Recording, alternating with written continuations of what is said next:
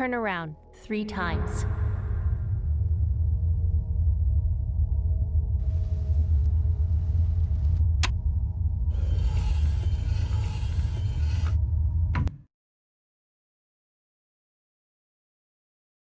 Start shooting.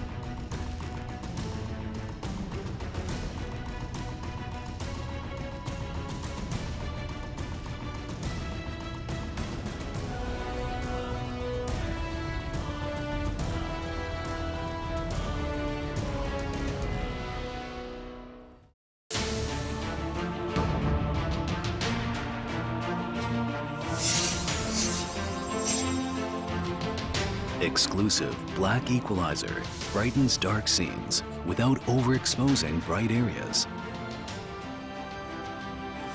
Use the S switch to quickly access the setting and switch between save modes.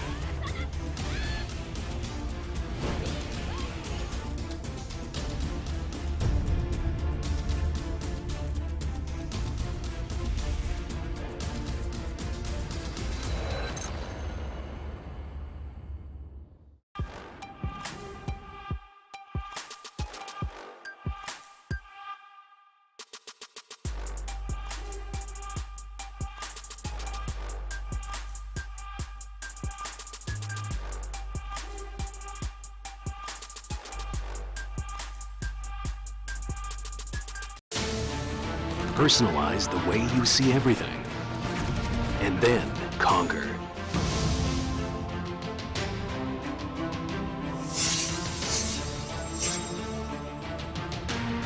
Exclusive black equalizer brightens dark scenes without overexposing bright areas. Use the S-switch to quickly access the setting and switch between save modes. Adjust the angle effortlessly for maximum comfort.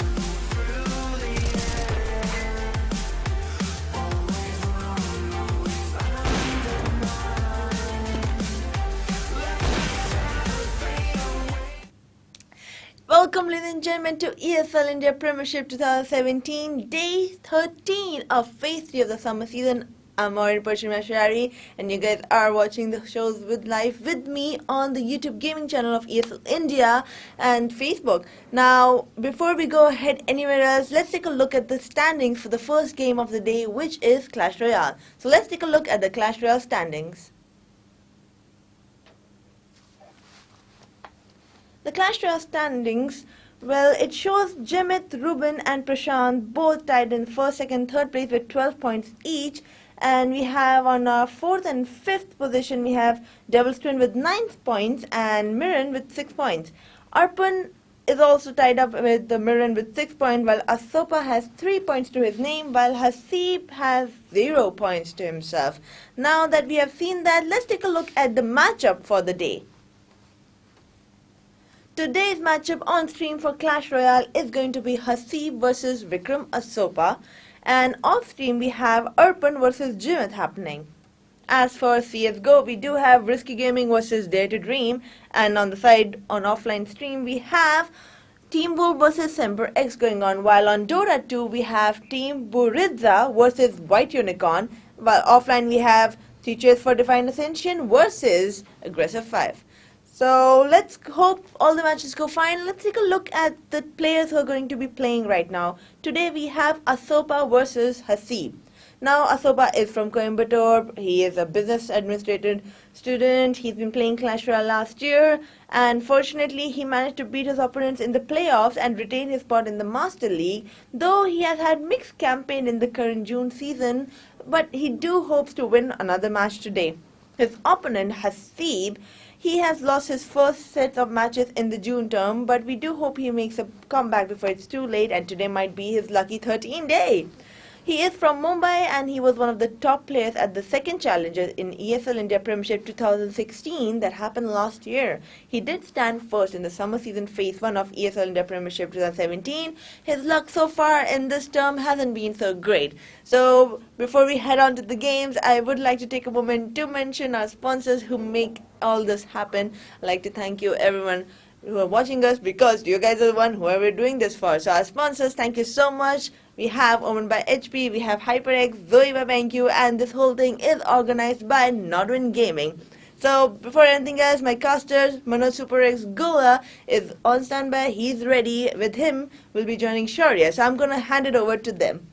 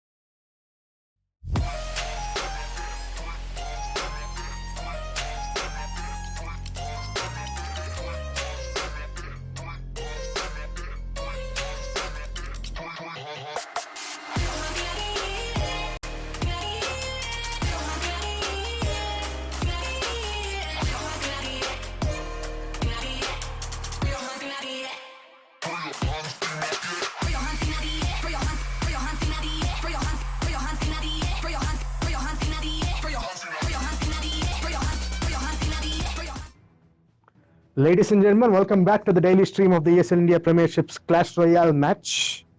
This is day 13 of the summer season's phase 3 of the Master League.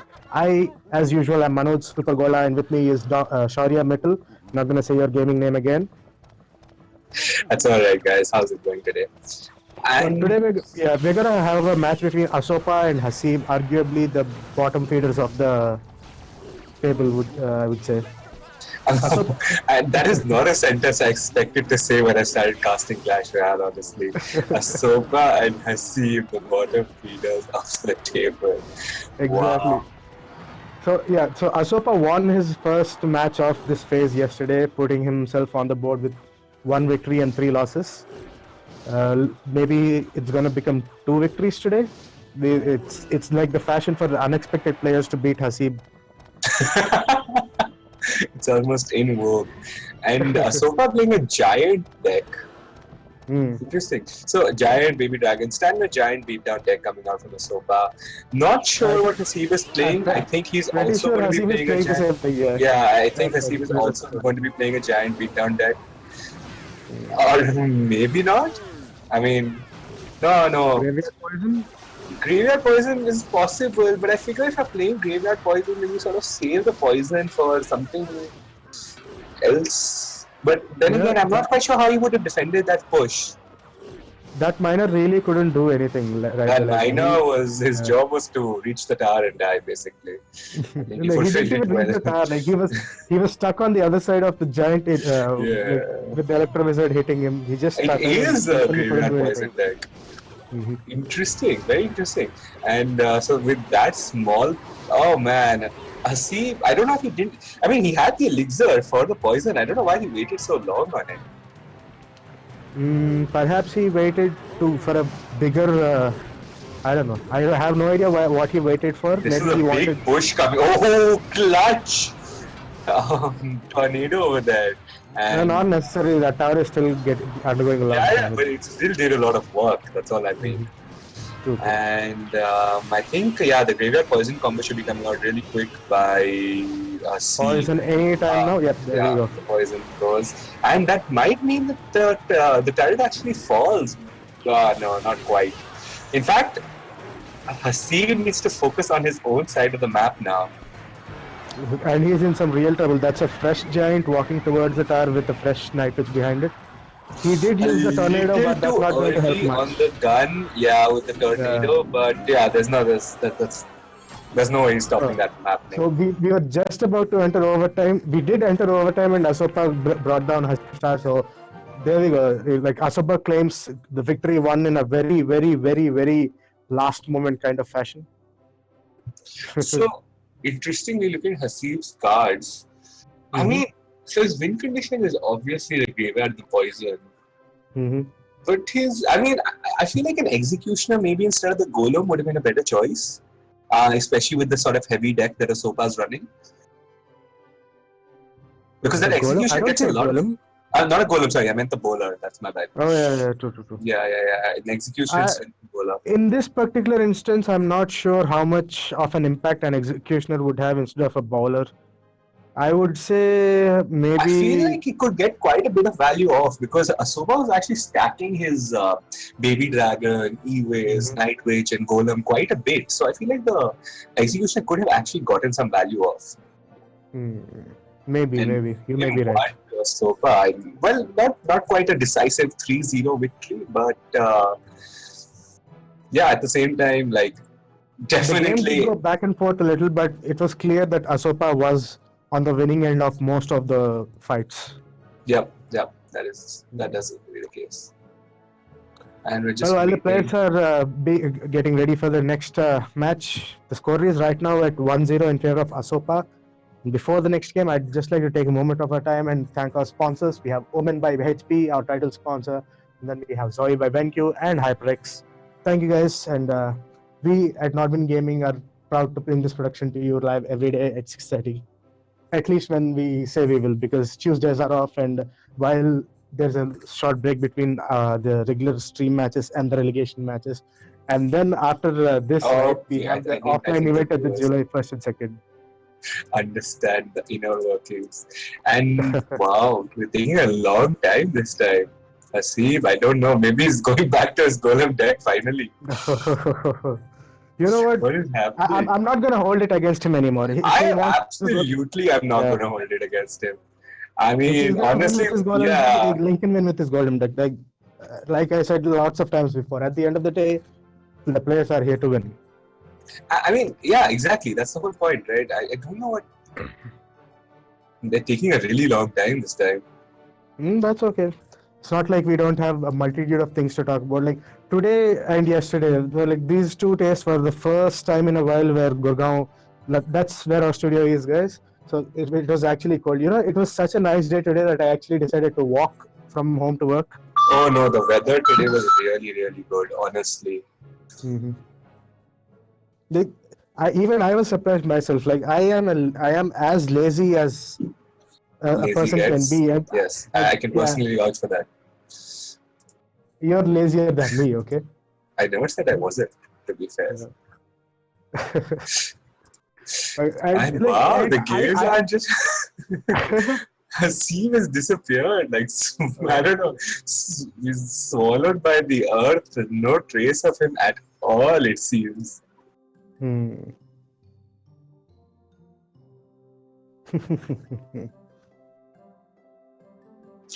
What is Haseeb doing? I mean, where is he gone? Somebody please find him and get him back to us. Haseeb is missing.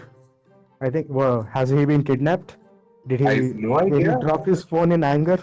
Did he break his phone in anger? What is happening? Well, I don't know, man. Maybe. Yeah.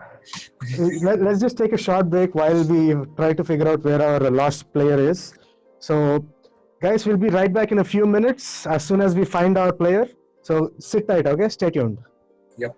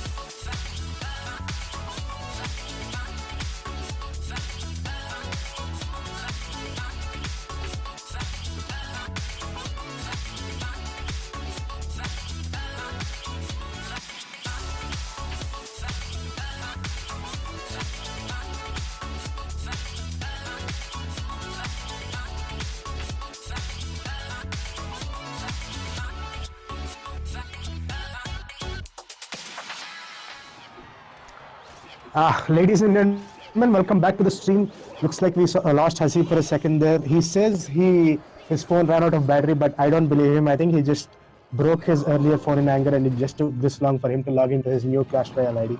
And his Clash Royale ID on his new phone. Yeah, well, rumors. That's how you get things started. Okay, that's how you spread the word. Sure. So again, we're back in full force. Asopa versus Haseeb. Asopa winning the first match 1-0. And Haseeb replies with a lava loon deck. Okay, so this is getting interesting. So I was just interestingly casting a lava loot match recently. And the fact that Asopa's running Inferno Tower, I mean, you want to call it luck, you want to call it fate, whatever you really want to call it, is not good news for Haseeb at all. I'm hoping Haseeb is running, I don't know, a lightning, a zap, something like that to deal with the Inferno Tower. Because if he is not, he is definitely in a big pile of trouble. I mean, he's played his Hound again without really playing anything else. So I'm just going to be assuming that he has something else to play. And honestly, I mean, two of his cards are yet to be revealed, so there might still be hope. Asopa playing a rocket deck, that's something we haven't touched upon really. Rocket decks are really something I have not seen in a long time. What is he doing? What is he thinking? I mean, he knew that Asopa had an Inferno Tower. Yeah, so he sacrificed his Lava Hound to get rid of the Inferno Tower, and now he just put his balloon down. Why did Asopa play his Knight? That's just something I want to know. I have no idea. Knight? Well, well-placed arrows and the Barrel of Goblins is gone, but and another Fireball and the... Wow, okay. Very interesting decks coming out. And honestly, Arrow's Fireball, Haseeb is playing like, if it wasn't a Lava Loot deck, honestly, he could be playing a deck from like Arena 3. Replace like, I don't know, the Lava Loot with the Lava Hound with the Giant maybe. And that Rocket is, I mean, gonna hit. And it does not finish it off, so this game might be going to Haseeb back in full force. Oh, that's a horribly placed Inferno Tower, and that's a complete waste of elixir. Asopa! I was trying to outplay Haseeb, you know, with that barrel placement, but it didn't matter. Yeah, so failing to place that Inferno Tower probably wasted most of his elixir, like, and he couldn't defend the balloon. That's why he lost, I guess. The moment that I think the game really went like out the window for Asopa was when he didn't have an answer for the second loon that Haseeb played. Yeah, that's what you were wondering about, right? Why? No, I get that. No. I get that. But the point is that, I mean, he could have also played his loon because I'm just going through the replay here, so just spare me a minute. Yeah, so he plays the Lava. Haseeb plays his Lava Hound, okay? And it's trotting along, and Asopa puts down his Inferno. So now Haseeb doesn't respond with anything. He could have just played the loon like behind the Lava Hound itself, because the thing is that Inferno Tower just dies to the Mega Minion and those pups, the fire pups. So I don't think it really mattered, is all I'm saying. I think you really need to get back into the live game because Haseeb just put down an elixir character. I think we're going to see the golem come out now. Oh my god, finally! Oh, there it is, the famed elixir collector. And that poison getting some pretty good value, man. Oh, it's a P.E.K.K.A. Wow, it's a P.E.K.K.A. deck. Interesting. Honestly, so that P.E.K.K.A. is going to defend wonderfully. It is going to maybe fall to the bad for Kenon. No. Sort of fixes that. I was expecting a zap or something to come out.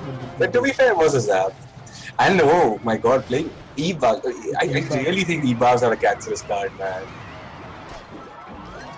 And Asopa getting his Crown Tower activated is going to be pretty bad for Haseeb, honestly, especially in this sort of a deck. I don't know. So far, only Haseeb has been making successful pushes. Yeah, but now Asopa has his King Tower to defend that as well. I mean, to be fair, Asopa's deck is... it's a chip deck, right? I mean, what is his win condition, really? Wow, those skeletons, man. They did a lot of work. Who misses Larry?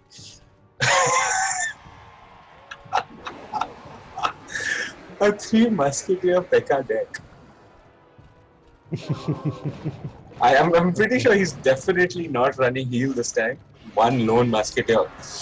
Yeah, that was different definitely an style, oops. What are you I don't doing? think the P.E.K.K.A is actually going to get... if it gets a Night Witch, that would be enough value. Honestly, yeah, that's it. There's nothing else that's happening. Haseeb had a really good play in the middle, where he sort of used the Skellies to defend the miner. But I'm not sure what Asopa. Again, I'm still not sure what Asopa's win condition is. Looks like it's just chip damage with the poison, maybe. Chip minor and poison chip damage. There's Yeah, so just chip deck with miner. It's not standard at the very least. So another P.E.K.K.A push coming out from Haseeb. Let's see what this one can do. Getting dragged back into the tornado. Yeah. That's not going to be enough. That Evers might get some. Yeah, but these barbs are going to do a lot of work. Like Asopa only put out the miner, but oh wait, the knight. Asopa actually missed the poison on the tower. He did? I thought it wasn't. The poison wasn't taking on the tower. Well, these things happen. It seemed like that at the end of it. Could be mistaken. This time he got it for sure, and that's going to be the game. Haseeb with a strong comeback, I guess you could say. Maybe his new phone is doing him well, man. Getting rid of all that excessive rage by smashing his phone has probably cleared his mind, and now he's doing very well. yeah, definitely possible. Haseeb, man, with 3-0, then no 1-0, he's back in it. So the first match was taken by Asopa. And now we have 2 taken by Haseeb. So right now the score is at 2-1 in favor of Haseeb. And we'll see if Asopa can turn this around and make it a 2-2 score, giving us a game 5. These matches are actually exciting. P.E.K.K.A versus Night Witch. It's always fun to see. It's like the reverse Batman. Yeah. Oh man, and now game 4 coming out, 2-1 in favor of Haseeb now. Come on, Haseeb. Okay, so this would be Asopa's second victory in this entire phase if he wins this. While and it would be Haseeb's third, if I'm correct. This, wow. If Asopa wins this, he might actually escape the relegation, but it doesn't really matter for Haseeb though. Haseeb has to lose quite a few more before he enters the relegation danger zone, but Asopa is already in it. That Princess is going to get some damage off, yeah. What was that, 3 hits onto the tower? Yeah, that was 3 hits. Yeah, Princess is doing a lot of work for Asopa here. But I think Haseeb has rotated back to his arrows at least. He should be able to clear it out if it gets to... I think he's just going to play the Skellies. The Goblin Gang. That Goblin Gang, if that is not going to be answered, is actually going to get some damage off, honestly. I'm going to see, I expect to see a fireball and arrows come out immediately. The miner getting some damage off. So trading relatively evenly right now. And I think Haseeb is playing the same deck as last time. So there's going to be a... What elixir is Asopa at? Oh no! Haseeb is playing his Dota deck again. Okay. I think that Skellies was beautifully placed. Not 1 hit off on the tower. Are we seeing a repeat of the matches? It does seem to be. Oh man! Oh, okay. He played that pretty well actually, because I don't think Ifonita is going to get a single hit off on either the loon or the lava hound. In fact, a little, yeah. Well, the arrows actually were a little late. Maybe it could have come a little earlier. But the loon get 1 hit off. It will not get 1 hit off. Those pups are going to get some damage off though. So Asopa has spent the last 3 seconds. Coming out soon? Yep. There we go. You see the fireball. So Asopa actually spent like 4 seconds at max elixir. I don't know why he did that. Wait, we can't see Asopa's elixir. I can. I'm following Asopa's bit. Oh, okay. So yeah, I have no idea that why he did that. And this might just be Asopa losing his second tower. It is going to be Asopa losing his second tower. Yeah, that bomb is going to be enough to finish it off. Yeah, there's only 20 seconds left, and even if Asopa gets this one card, whiffing on the whiffing on the fireball, but it doesn't matter at all. Yeah, like I said. Yeah, Yeah, it's Haseeb, an 10 seconds aggressive left. loot, man, right in his face. He's practically saying, yeah, I win this, there's nothing you can do. Yeah, of course. And he will he get the 3 crown? No, he won't get the 3 crown quite. Oh, man. Haseeb just taking it back in full force. Oh, yeah. 2 more seconds and he could have gotten a 3 crown victory, but this is spectacular nonetheless. Now I guess the new golem is the Lava Hound. Well, he did do pretty well with his P.E.K.K.A deck as well. True. So let's call Haseeb the beatdown god then. Yeah, definitely. It does. I mean, I'm definitely calling that. The way Haseeb's been playing, he has been doing significantly better on beatdown decks for sure. I think that is what he's like made for, so to speak. Well, congratulations to Haseeb. This was some solid textbook gameplay today, apart from the 3 spell whiffs that you did. Yes, I remember that, and yes, we are going to talk about it later. Yeah, of course. Oh man, and then the viewers actually don't know about this, but we have this clan chat that all of these players are sort of a part of, and it's quite fun, honestly. Yeah, we do get to make bets, have some silly banter and stuff. One day we are going to sort of make a panel with the players and introduce them to you. I know you guys are watching them, but there's not much info you know about them apart from what we tell you. But we'd like the players to sort of open up to you guys themselves. Introduce themselves and stuff. Yeah. Well, so you guys, I guess, have that to look forward to. Yes, exactly. At the LAN event, no less in Mumbai, Lower Parel. I still don't know the name of the mall though. What is this, man? Half information giving balls. Hey, come on. We have an excellent host, Vagish, who is going to talk about it, and another host, Oren, who is going to talk about it more. So, you see what I did there? Yes, I got it. Okay, so anyway, those were some really fun matches today, some really good gameplay, and some surprise coming out from Haseeb. We really did not expect him to use a Lava Loon deck, but he did. And he played it well, to be honest. Yep. So thank you guys for watching, but do stay tuned. There's going to be some CSGO and then some Dota 2 action coming up next. This has been super. And have you decided on a name yet? I want to go with the other one, but I'm not entirely sure. So let's leave that up. If you're not entirely sure, just call yourself Shaurya for now. Yeah. Easier. So this has been Manoj, Super Goa, and Shaurya casting for you Clash Royale, as we are happy to do every day. For now, we're going to hand you back to our host, Oren. Take it away, Oren. Thanks, guys.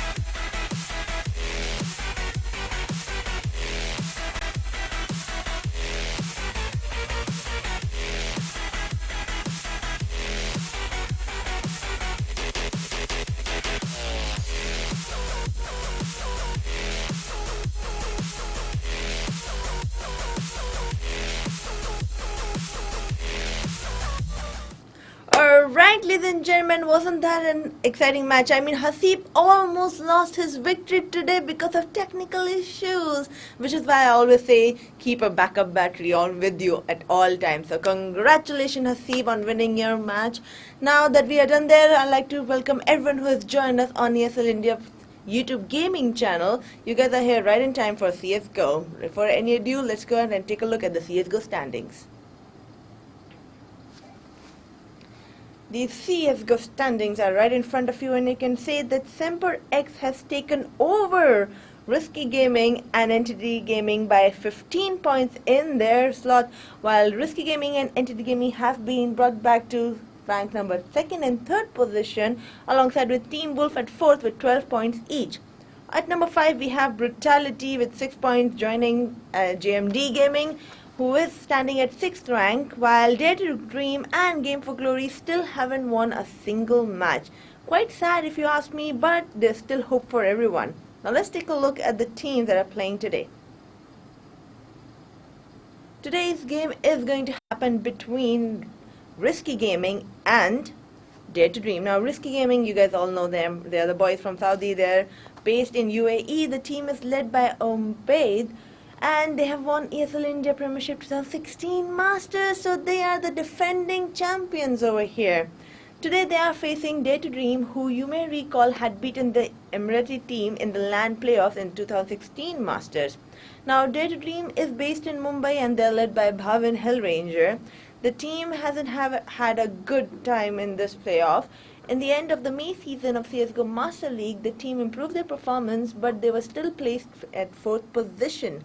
Today they will be playing their 5th match in the June session of Summer Season Master League, but will they be able to risk it all? Will they be able to beat Risky Gaming? There's one way to find out, ladies and gentlemen. You guys are watching ESL India Premiership 2017, Day 13 of the Phase 3 of the Summer Season, sponsored by Omen by HP, HyperX, and Zawi by BenQ, organized by Nodwin Gaming. This is Oren Pashimia Shirari, and I have my casters ready. Let's go ahead and take it to them while the players get set up.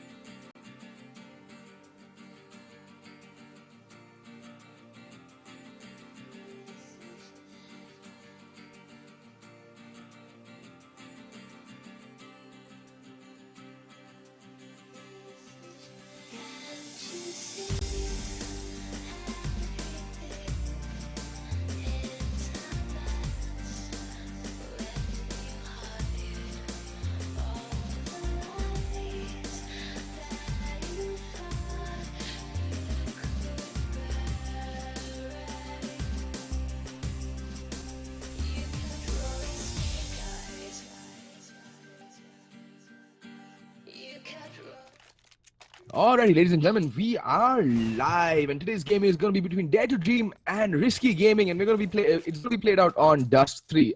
Sorry, my bad. Mirage. Anyway, folks, so finally the unthinkable has happened. Risky Gaming were finally defeated there by none other than our very own Semper X on, of all the maps under the sun, Train. Train's a map that even, you know, SEA teams or the other Asian teams are afraid of playing Risky on, and Semper X managed to put them down on their home turf. Ladies and gentlemen, that was Train. Hats off to Semper X. They have achieved what no other Indian team has able to do till date, and that is register that big W against Risky. And now we're going to go live with the pistol round. You can see Caribou push up very aggressive up B halls, and oh, he's going to get dinked down to 5 HP almost instantly. Blackhawk hitting a nasty shot there. And he's going to fall back. D2D doing their traditional non-committal, very slow-paced pistol push. They've become renowned for it. They don't show their hand very early on into the round. They take their time. They run down the round clock way the hell down. And then they finally hit a bomb set. And it looks like it's going to be an A-pincered hit. One player already making their way up connected, but there is Havoc who's holding under Palace. Will they check this position? Blackhawk just casually passes by. Nami does get the first kill, and look at that Havoc wreaking havoc from under Palace. Gets one, gets two. There's no business.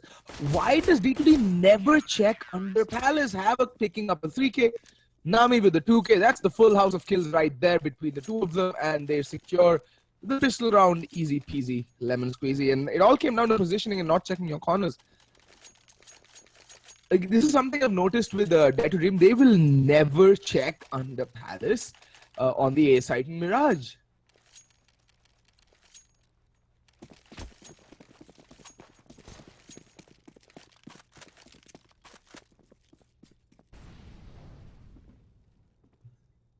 Alrighty. Force buy coming out from Dare to Dream again. Nothing out of the ordinary here. This is completely textbook what D2D are doing right now.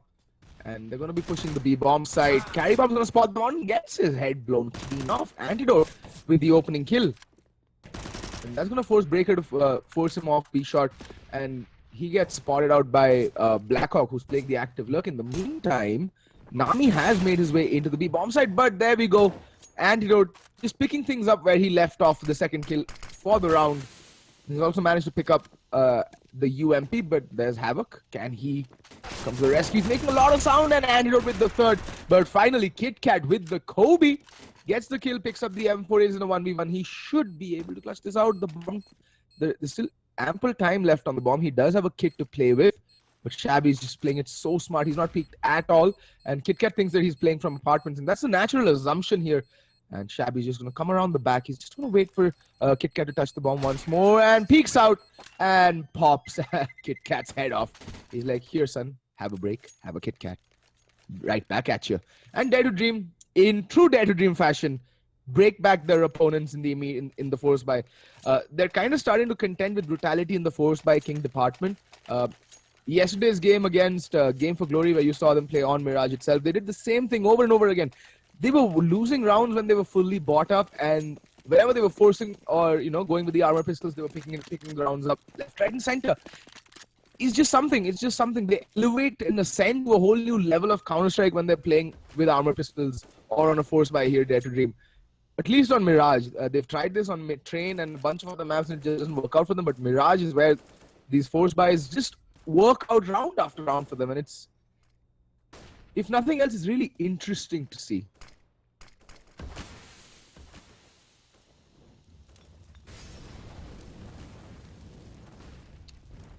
Alrighty, D2D moving as a pack down B shot. Oh, Breaker spots out one. Nami in the meantime does get, Blackhawk and KitKat takes down Kappa with the Deagle. Breaker around the back and down he goes. And now all of a sudden it's just Antidote in a 1v4, and there's Havoc with the P250 to see off the round. So yet another topsy-turvy turn of events, it seems, because D2D broke Risky broke them back. It's like a game of ping pong, folks. Just going back and forth, back and forth. Neither team's been able to, muster together some momentum. And I think both teams will continue to force buy until one of the two teams puts 2 rounds on the board back to back. And whoa, there we go. Risky. Oh, Blackhawk. What a nasty shot on the KitKat. And that is gonna leave a foul taste in KitKat's mouth. Blackhawk is ending him with the Deagle, although he has taken a ton of damage. But that's the M4 out of the hands of one of the Risky players. I think, oh, okay, all right, Breaker. That Kobe on to Blackhawk, although he was on 17 health, so really a tickle on the right butt cheek would have achieved the same results at this point in time. And now D2D are regrouping and gonna go hit the A bomb side. I think they're kind of disillusioned and dissuaded from hitting the B bomb side because of what happened last round. They just ran into like the death machine that was KitKat and Carry Bob last round. They just got mowed down by pistols of all things. So there we go. Havoc gets Antidote. Havoc still not done. He gets the kill on a Hellranger as well. Can he find more? Gets the kill onto Shabby. He's just racking up these eco frags. He's on a 3k already. Can he get the 4th is the question. It's down to a 1v3. Carry Bob should really try to recover one of those M4s in Sniper Nest, for the sake of the team economy. And oh, Kappa, nasty shot onto Havoc. 1v2 brings it down. Nami is very low. Kappa is also internally bleeding, and there we go. Brings it down to a 1v1. Surprisingly, he didn't spot Carry Bob's rifle barrel, but alright, 4x3. Stuff happens that you just don't,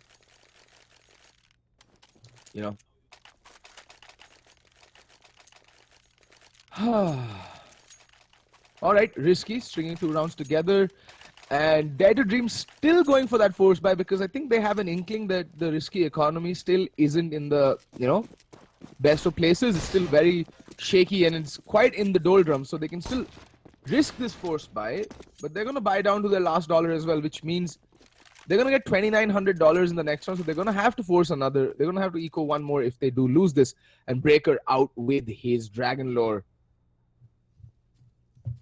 The big green gun, I can't really call it because it's one of the most expensive skins in the game. It's not the big green gun anymore. Doesn't really apply to Breaker. In the meantime, it's a pretty default setup. They are going very aggressive in B apartments right now. Carry Bob just pushing all the way up. But looks like the ace smokes are going to come out. They're going to try for a fast plant. That's the basic idea behind this fast play. Havoc's going to be playing by Firebox. He can do a ton of damage. And in the meantime, he's just going to get KitKat walking out on the bomb side. At least gets one. Can they do more damage? Carry Bob finds Shabby. Kappa and Hellranger, though, finding 2 quick kills. But it's going to come down to Havoc. And he's going to get overrun by 2 players. Breaker all alone in a 1v3 with an AWP. And wow, Dare to Dream from a round where they would just want to get the bomb down. They've turned things around and might just come away with the W. Like I said, that's going to break Risky's money. And they're going to have to force by the next round. And it's a comedy of errors right now, folks.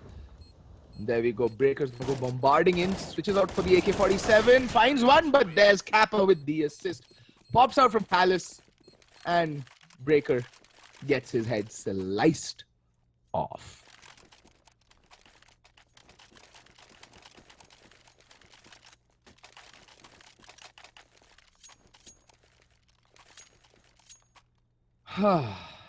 Alrighty, folks. Scores are 3-2. So after 5 rounds of Counter-Strike, neither team has still shored up their economy. This is kind of uncanny. It always seems to happen in D2D games, somehow or the other. And the push, T-Ram push is coming in. Antidote just scurrying away, wants to save this, doesn't want to hand it over to the CTs.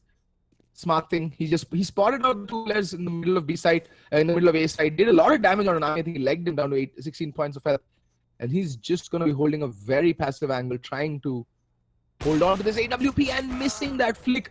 And Nami USPs him down. In the meantime, there is assistance in the form of Shabby, who pops around the back and gets the 2 kills and rescues the AWP as well. This is Antidote. A little bit sloppy there, but I've seen this man up for a very long time now, and it's just how he warms up. He'll miss the first 2 or 3 shots he takes in the game, and then the rest of the shots are just sublime. It's just he goes off. He attains a completely different level, and then he'll just hit the craziest of flicks and hold the weirdest of angles and get the most unprecedented of kills under the sun.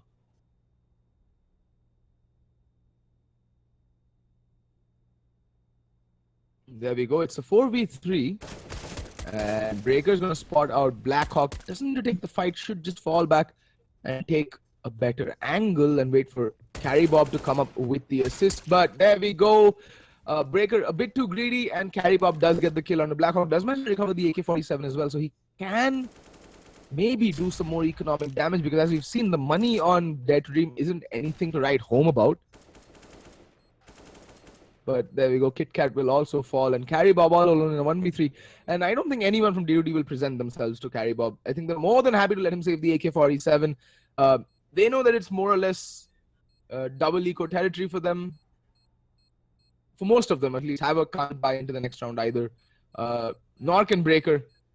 Carry Bob can go for a broken buy, so can Nami, and KitKat is the only one who can go for a decent buy. So if they can manage to save this rifle, it can go a long way into the next round in terms of, getting a better buy-in. Yeah. But I don't think that Risky should be playing so fast and loose with an economy that's so nascent at this point in time.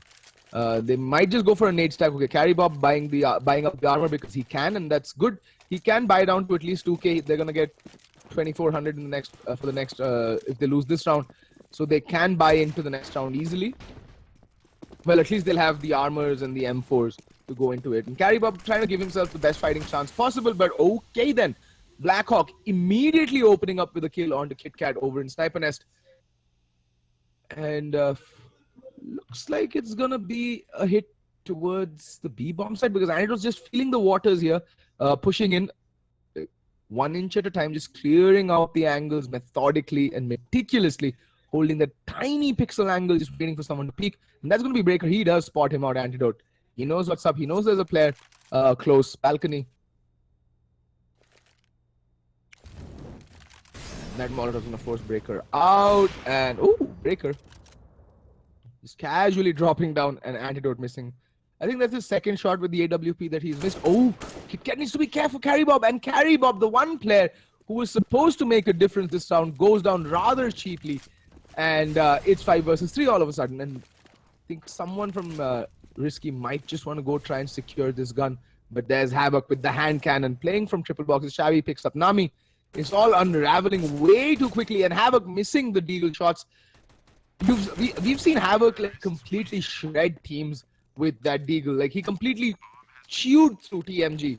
1v4 almost. Like, he got a quad kill with just an armor deagle against the entire TMG squad. So this man is potent, he is proficient, and he is deadly with the hand cannon. But that round, it was just not to beat. Scores are 4-3, and Dare to Dream are on somewhat of a roll, and the buy finally does come in from Risky Gaming. It's not the best. Nami out with the AWP, and he's going to go down immediately. Stabby taking the kill, but there's the refrag onto Antidote, and that's going to equalize things 4v4.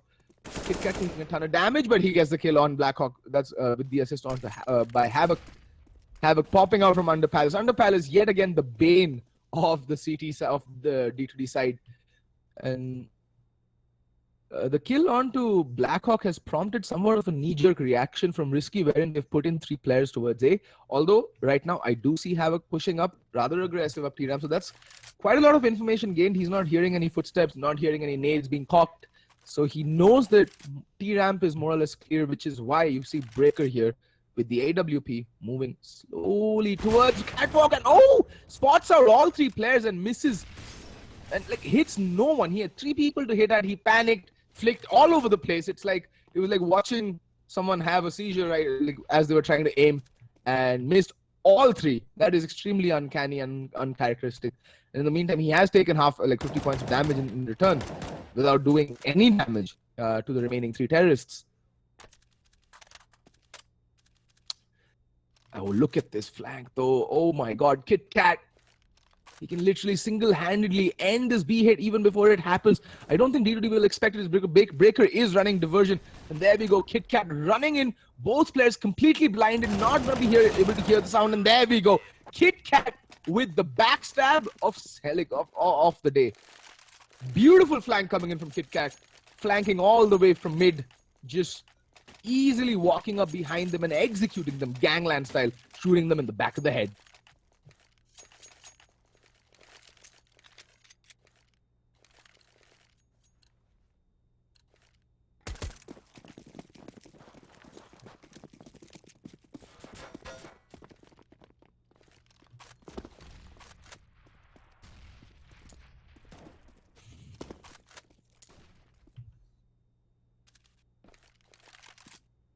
Alrighty. Scores are equalized, and we're going to go into the 9th round of the gameplay between Risky and Dare to Dream. Breaker playing in the middle of balcony. He's like, bell mujhe maar types, just sitting there. And that proverb actually works out because Dare to Dream's logo is also of an angry bull. So, taunting the beast, not the best of ideas, and Havoc's playing really close by A-Ramp. And for all intents and purposes, it looks like it is going to be an A hit. Bomb is making its way up T-Ramp. Smokes have gone down. KitKat's playing, and Havoc. And Nami already opening things up with the kill onto Blackhawk. And Antidote just going to walk out casually. Perfect bait play coming in there from Blackhawk. Oh, but Carry Bob, in the meantime, finds Hellranger. And Kappa does get 1 kill back, but he does get taken down by KitKat. And now all of a sudden, it's into 1 down. But 1v4 Shabby. Spraying away gets KitKat, but there's Breaker from a Sniper Nest, ending Shabby. 3 players staying alive. That means the economy can finally start, rolling. So, and that's the ideal situation. So, what I talk about when I say that, so a lot of people ask, you go into your first buy round as the CT side and you win it. But in doing so, you do lose 4 3 or 4 players. So even though you've won the round, you've put yourself in such a precarious position economically that the subsequent one round is going to be a very hard sell, or a very hard, basically it's going to be a hard job for you to pull it back, because you won't have the necessary money to go in with all the utilities or the rifles. You'll have to sacrifice either on the utility or your armaments, neither of which you would want to do, because considering it's your first buy round, the T's would have saved enough money to buy into the next round as well fully. And there's Nami opening things up with the kill onto Blackhawk. That's the lurk completely eviscerated. And Carrybob going to re-smoke off B absent, but it's going to be a B hit, and Carrybob catching a flashback square in the face, but somehow managing to stay alive. Gets 1, gets 2, gets 3. Carrybob, what are you doing? Finally, Hellranger does take Carrybob down. Oh my god.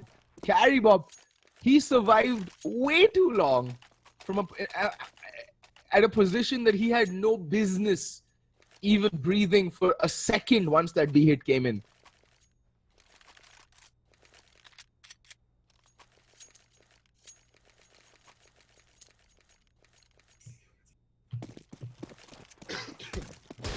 Excuse me.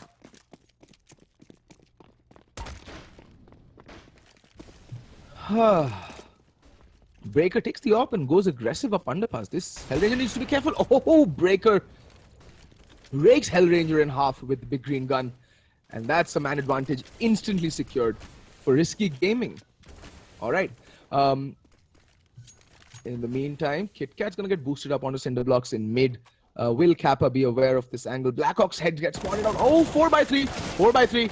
And there we go. Blackhawk and Kappa both double team up to get the kill. But there's Breaker and Nami, and they get a kill apiece. And it's now down to 4v2. See, this is what I'm afraid of when any teams go up against Risky. Which is what makes Semper X's victory yesterday all the more special, is that Risky have this tendency to just turn the heat up that one notch, just take it up into the next gear that all the Indian teams seem to be lacking. And well, Semper X were able to overcome that. And there we go, Havoc getting the kill on a Shabby, leaving Antidote in a 1v4 with the AK-47, getting naded to oblivion, and Havoc ending his miserable existence in this round. Trust of how things are looking on Risky. Their money is pretty abysmal. They're not really playing well right now. They're losing out on basics of Counter-Strike, actually. Not playing the trade game, not checking their corners, not playing the buddy system. So they need to dig deep. Hellranger needs to have one of his epic pep talks with his teams. Maybe take a tactical timeout and, breathe some new life into his teammates and just, pull their socks back together. And it looks like it's going to be an A-pincer hit. 2 players are over in underpass, and the 3 players waiting outside A-ramp. And Breaker, the perfect time to peek. But that's a 1-for-1 trade, and Hellranger will be able to recover the AWP as well. But no, he's not. He's going to fall back and allow the rest of his team to come back out. Havoc's hearing all of this. Havoc is hearing all of this, and they don't check. They don't check sandwich. Oh, well, Shabby finally does turn around. Havoc making a meal of that spray. But KitKat's here, and he's going to ask D2D to take a break. Anyway, Hellranger still continuing his reign of terror. Gets his second kill for the round. Secures the AWP as well. Should just try and save it. Bomb control is with the remaining 2 players over and Risky. So Hellranger should just try, maybe get 1 pick, or maybe just play for picks and try and save the AWP for the next one. They're not going to have the money to buy to invest in the AWP. Oh no, they will. They will. So okay. So they're going to have money regardless. So he's going to go in YOLO and play for it all essentially.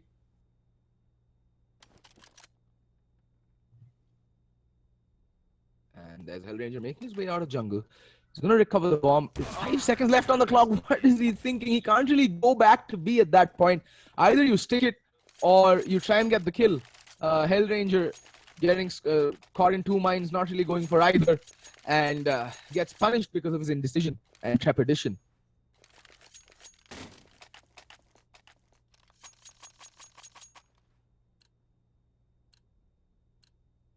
Alright, finally Dare to Dream have the buy of their dreams. 4 players on full utility, Antidote out with a glass cannon AWP. That's interesting. I think 1 player would have had enough money to drop him the AWP and buy armor, but alright, maybe that's not the case. And Nami instantly opening things up with the kill onto Shabby. That is not going to end well. Shabby usually plays the lurker. Oh, look at Kit Kat! Just spraying away in the smoke, and then Molotov picking up the tail end of that Molotov, licking Kappa's feet and just collapsing like a house of cards in a hailstorm. But Blackhawk finally gets the kill on the breaker. At least pulls back one man. The one-man advantage brings it down to a 4v3 instead of a 3v5. But still a mountain to climb here for Dare to Dream. Hellranger frantically checking every corner under the sun. And there's Nami with the AWP, but there we go. Blackhawk does pick up Kit Kat, equalizing the numbers disadvantage for the first time.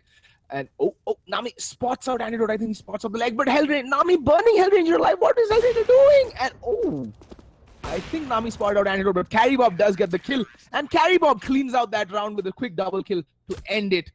Well. A brace apiece for Carry Bob and Nami, and Havoc chiming in with the kill of his own. And Risky Gaming just on a roll. 9 rounds they've secured, and I think they won 6 in a row right now. 6 in a row. Dare to Dream really have no answer, and I think they should just armor pistol this up. Maybe try and get a quick round in. That's one of the ways they've won. That's the only way they've won a round, I think. All 4 rounds have been off of quick plays where they've caught Risky off guard. They hit the bomb site before Risky have a chance to get set up and do their and get ready on the rotations, get ready with their final mid-round setups, which they'll take into late round. So quick plays are what have worked for D2D. They should really continue doing it.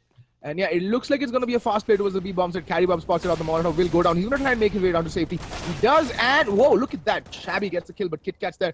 1 frag at least pulls back. He gets 2 back, in fact. Kit Kat's not done, and Kit Kat finally gets taken down, but there's Breaker. Gets 1.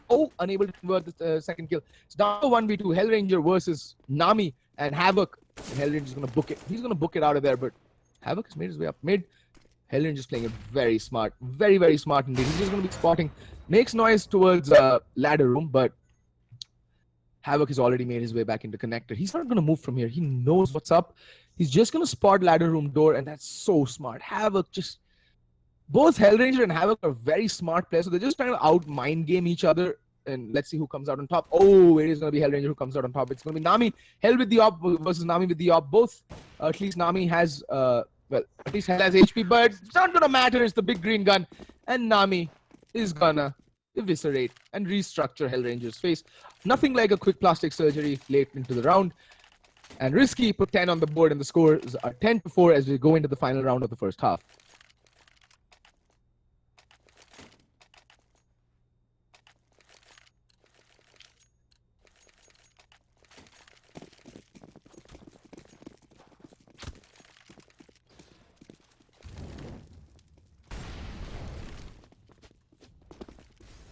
The gun disappearing isn't really a big problem. It's a GoTV bug, so things like this happen. It's just CSGO things. In the meantime, that Molotov's not really going to bother Antidote, but that nade, though, is going to blow up right under his butt. And he is going to feel it. Down to 60 points of health. Carry Bob's timing. It's all about timing, playing these positions on Mirage on the B-bomb side. But there we go. Shabby this time does open up things with the kill onto Breaker. Nami's and Kit Kat's going to attempt fate this time. Gonna be sneaking towards... that jump ill-advised and ends with a sheer and definite punishment. In the meantime, Antidote is spotting for that B-Apps push, and he's gonna get the flick. Down goes Carry Bob, and it's down to a 2v4 because Havoc did finally equalize, get the refrag out on a Blackhawk, but it's too little too late. 2-man to the good here, Dare to Dream, and they'll need something special.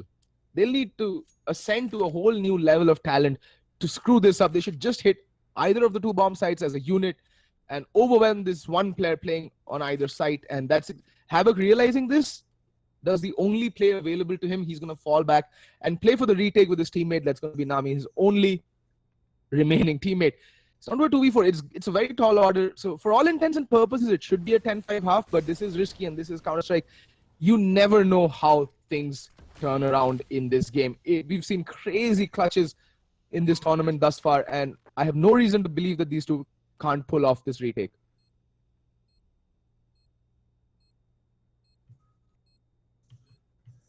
And Nami and Havoc taking their sweet time, trying to maybe lull the defenders on D2D into a false sense of security, but that's not really going to work out. Good post plans coming in from them as well. Kappa watching CT, and Shabby picking up Nami, Kappa picking up Havoc, and that's going to be a 10-5 half. That retake attempt over even before it started.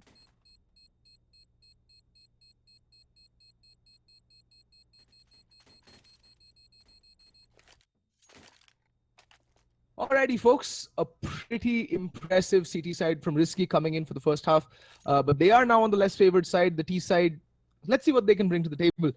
D2D's CT side is actually quite strong on Mirage, I won't lie. They do play a pretty decent CT side on Mirage.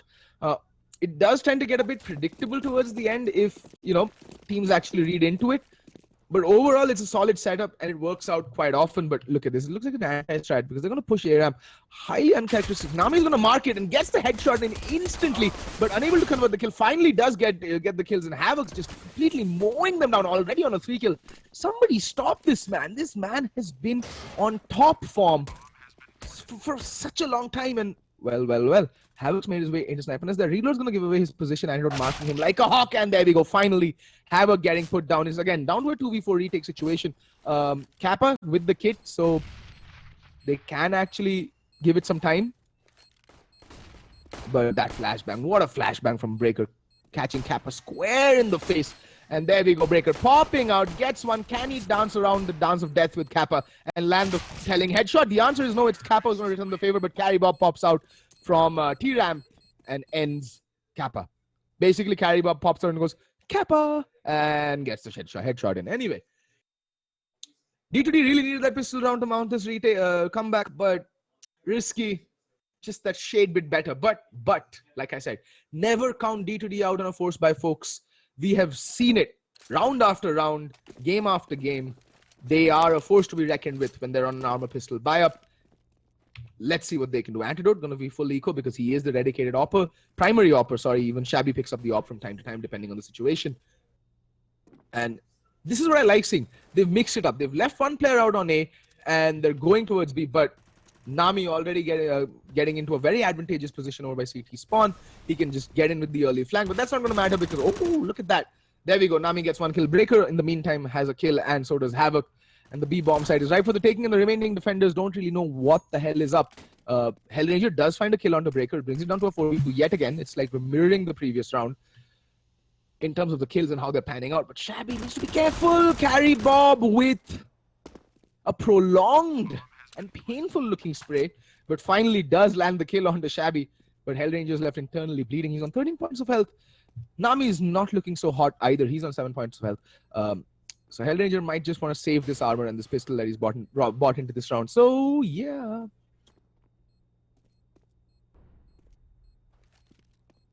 It's going to be 12-5. Finally a force by not working out for Dare to Dream.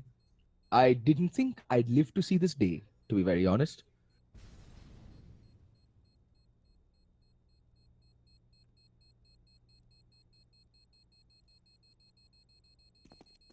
Alright, Hell. Still just gonna be waiting. So, the question on most people's mind would be, what can D2D do? Well, frankly, at this point, I wouldn't necessarily go with the force buy. What I would have done is I would have ecoed outright the 2 rounds after losing the pistol, not allowing my operator to even buy up a pistol. I would have told him, no, hard eco for you. Everyone else just upgrade pistols this first round, next round hard eco. Why would I say that? Look, it's a snowflake's chance in hell that you will come out with the force buy on the CT side, and it's an A stack coming in. Okay, so what I would have done instead is I would have gone with hard ecos and just gone in gun round with the full buy, a full proper buy, and it seems that neither do Risky check under Palace, so that's what allowed Hellranger to get a kill and Havoc ending that round with the brace and a Kobe. So as I was saying, so why I'm saying that I would have gone for a full eco for the entire team is because the scores would have been 13-5 80% of the time. I'm a numbers guy. I'd rather play probability than gamble on chance. So I'd like to go into my first gun round with all the utility, the kits, the Molotovs, the nades, and the rifles and the armor under the sun, rather than gamble it away on a force buy and hope that I might come up with the W. No. The point of Counter-Strike is to play it smart, and when you're down and the chips are stacked against you, it's not the best time to get desperate. And that force buy is a little bit desperate, in my opinion. You'd rather just hard eco in that situation. I'm not saying if the scores were 8-7, yes, go for the force buy, because you still have rounds You still have a margin for error. You still have rounds to play with. And look at that, Hellranger already getting burned. Not taking much in terms of fire damage though. Just down to 90 points of health. So he still got a lot of wiggle room left in him.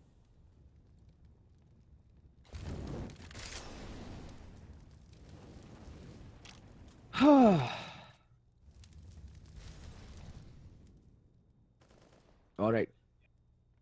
See, so now Hellranger's position can be a bit, it can be very, very advantageous for D2D. They've already gotten a man advantage. Blackhawk getting the kill on Havoc. That's the danger man taken out of the equation. He's been top fragging so far.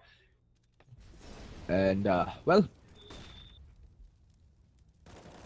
down to a 3, make that a 2v3. Kappa, just, whoa, KitKat finally gets the kill on the Kappa though. Brings one back, but Antidote yet again there for the rescue. Gets the kill. Nami all alone with the AWP against 4 players. What can he do at the most? I mean, the goal for him right now would be to try and take as many rifles out of the hands of D2D as possible so that to keep their economy in check, but it doesn't look like it's going to happen. And Nami's just going to opt for the save. Going for the safer option. And it's the right call in my opinion.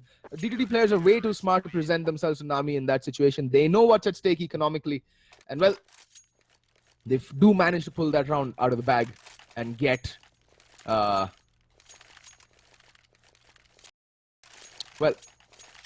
6 on the board finally, but 13-6, still, as I've been saying, left with a mountain to climb here, Dare to Dream. So they shouldn't get complacent. They need to be on their toes for the remainder of the game. They need to be ever vigilant, ever so alert. And they really can't afford a single slip up at this point, especially this round, because if they lose this round, the reset, so that's more or less GG. And Antidote, little sloppy on his way towards apartments, but still gonna make his way into the angle, and oh, missing that shot. That's could have cost him a lot, but there we go. Gets the follow-up, repeat, not being expected by the players from the Risky Gaming, but okay then. Hellranger gets 1 kill, pulls out a pistol, unable to convert the 2nd kill, but the support is still on the way. The cavalry is on the way, but look at this flank coming in from Blackhawk. He's already in apartments. He's peering down at the bomb planter and takes him down. It's down to a 3v2. Havoc and Breaker with it all to do. And the fact is, Blackhawk's flank position here makes it even more precarious for the remaining 2 risky players, because they really can't find a good angle to start, get the bomb down, take post plants. They always have to worry about their backs, and it's a pretty exposed position. But what they can do is they can sneak their way towards the A bomb site through B short. That is a possibility, and I think that is the only recourse left to them, and that's what they're going to be doing. Interesting. But the question is, will D2D catch on to it? Because they can cut off this rotation through market. The 2 players playing market, they can go rotate over to Murder Hole and stop this rotation and nip it in the bud even before they make their way and cross into the A-bomb site. And that's, I think, what Kappa's trying to do. He's going to book it through CD spawn, and Hellranger's going to find 1 player already. That's Havoc and Blackhawk. Sorry, Blackhawk finds Havoc and Breaker. He peeks B short and gets them passing as they move their way up connector.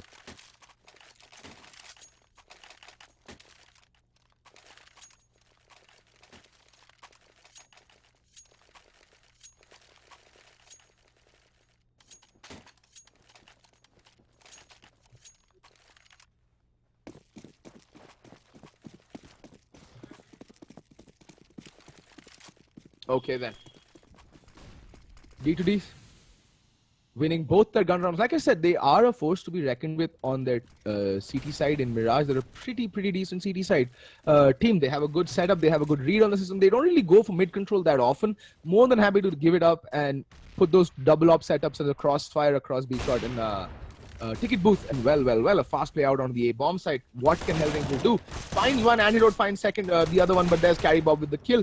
Hell and KitKat finding the kill onto Antidote, but there's Shabby with the rescue. Can they get the bomb down is the question, and this time, since there is no flank coming in, they should be able to get the bomb down, no question. Asking Breaker with a cheeky no-scope, gets the kill onto Blackhawk, and Shabby getting the kill onto, Carry Bob getting the kill onto Shabby. That's going to be huge.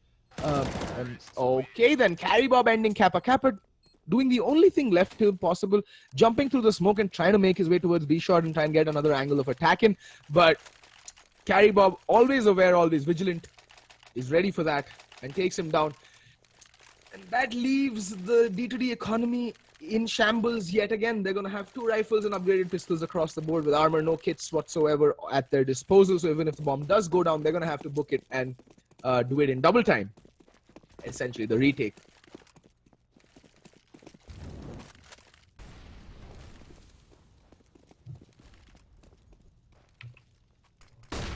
And this time, though, I see T2D at least try and go for some mid control, but there's still... Okay, Kappa in underpass, playing it safe, but break, what a shot! What a shot! In the meantime, Hellranger's gonna make his way up catwalk. He's gonna just slyly sit in the smoke, and Blackhawk gets the kill on Nami, pops out, Hellranger gets the kill on the Havoc. That's 2 very dangerous players taken out of the equation, and Hellranger's not done yet. He's gotten the kill on the Breaker, who was the bomb carrier. Has taken a ton of damage in return, but he's dished it out. He's doled out the damage this round, getting 2 kills already. And he's not done yet. Will do more damage. Will do more damage onto Carry Bob before finally biting the dust, as they say. And Antidote and Blackhawk, well, Antidote not really having the best of weapons to work with this round, but that really doesn't matter because they know where bomb was dropped, and they did the smart thing by relinquishing bomb control, not really, getting married to where the bomb was dropped and just sitting there doing, a classic dharna. Nahi denge, nahi denge. So they backed off. That's the smart thing to do. There's no need to, roost like a mother hen on the bomb, like it's your precious little bebe. And now, well, the B side is ripe for the taking. Antidote playing as passive as humanly possible.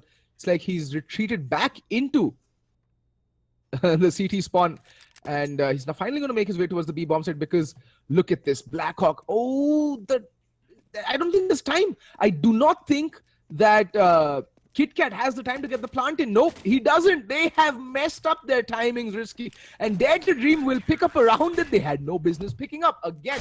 And, well, Antidote's going to find a, consolation kill as well.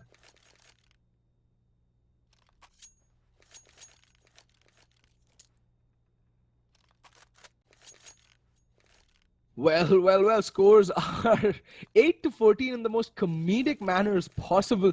And now it is a timeout being called. I think it is a tactical timeout being called by Hellranger. Yes, it is.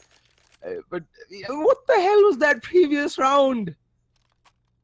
I mean, KitKat was just taking a stroll throughout the entirety of the map. I think his shift key might have gotten stuck into his keyboard. He was literally walking from the 1 minute mark to the 0 till the timer ran out. I don't know what's up. I don't know what happened there, but yeah, that was an error of comedic proportions, if that even makes sense. So yeah.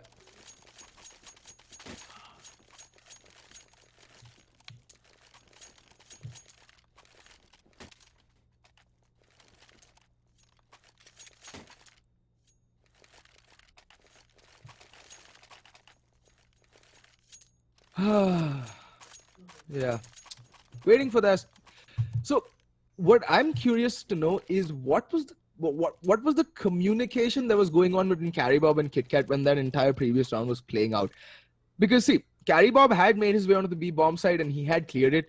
I mean, if KitKat had stayed put by the wheelbarrow in mid, he would have gotten the kill onto Shabby. Not only that, he would have had a faster route towards the B bomb side as well. So he could have just made his way, gotten the bomb down, and maybe even come up with the round. You never know. That is the dynamic nature of CS. Hindsight is always 20/20, but it is what lends some perspective to a round as well. If you don't look back at your mistakes, you'll never grow as a player or a team or what have you. So while it can be really annoying when people give you, feedback based on hindsight, it is also crucial that you go back, review your own demos and see why and where you, effed up. And the thing is, that round, I think what was to blame would have been the communications going on between KitKat and Carry Bob. I can't see it happen. I can't see anything else being, bearing the brunt of the blame there in that situation.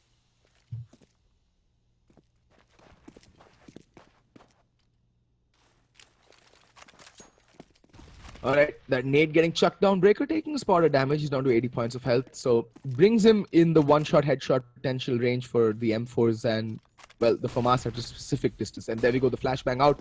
Breaker is going to just come bombarding out of window into the B bomb side and stares down 3 players. And there we go, everyone's dead. Finally, Nami does get a kill, but Kappa instantly there for the trade. And now Carry Bob left with the ump. The gun that has been nerfed to oblivion, ladies and gentlemen. The gun that is now worse than an MP9 in my opinion. Like, seriously. I mean, let's be honest. Against armored opponents at mid to long ranges, the ump is pretty ineffective now. Earlier, it was better than the FAMAS. But now, it's just, you need to be really up close and personal with your enemy. You need to be in their face for the UMP to be a viable option. But yeah, that just makes it more situational, and frankly, I like the fact that it raises the skill ceiling while using the ump. You can no longer just have it as a bogey in your arsenal.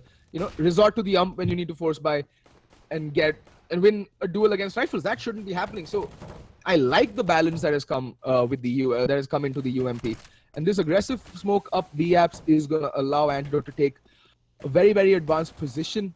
In the meantime, Hellranger from like a bat out of hell, spraying through the smoke, gets a kill on a Carry Bob. That will tilt him. Not only that, he's done a ton of damage on Nami as well. Well, they are on a full eco, so they don't really need to be afraid. Antidote gets the kill on Nami, and the second one on the Kit Kat. Now, all alone is Havoc with the P250 trying to tap away at long distances. The worst gun for a long-range encounter. Maybe the Bison. Maybe not as bad as the Bison. Yeah. The Bison or the Dualies are the worst guns in the game. No, sorry, the M249. The most useless gun in the game. I don't know why it's even there. It's just like a troll bogey there. Oh shit, I misclicked. Is the only reason why an M249 ever appears in a game of Counter-Strike. Yeah, and even that's not good enough because people will be like, you have 2,000 hours or 10,000 hours in the game. How the hell are you misclicking? Why don't you have buy-binds, you noob? But yeah, anyway, I digress. Antidote holding mid with the AWP. Not a strat that's commonly seen coming in from D2D, and there we go, Kappa dying instantly, but there's the trades coming in. Havoc with both the kills, but finally Shabby does take Havoc down, but Breaker's there to turn the tables again.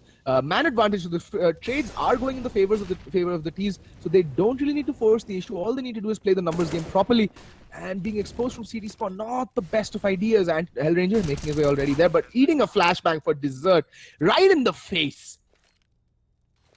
And both players now at CT spawn. Hellranger doing a ton of damage onto Risky through the Carry Bob through the boxes, and Carry Bob still gets the drop onto Hellranger, and now Antidote all alone gets the kill on Nami. Is in a 1v2 situation, knows where Carry Bob is playing from, but again, just dodging that flashbang, but gets double peeked instantly by Breaker and Carry Bob, and unfortunately he can't split himself in two and get a shot off simultaneously at both the players. He's Antidote, not Quantum Antidote. Anyway, highbrow humor, sorry folks. If you didn't get it, not my problem.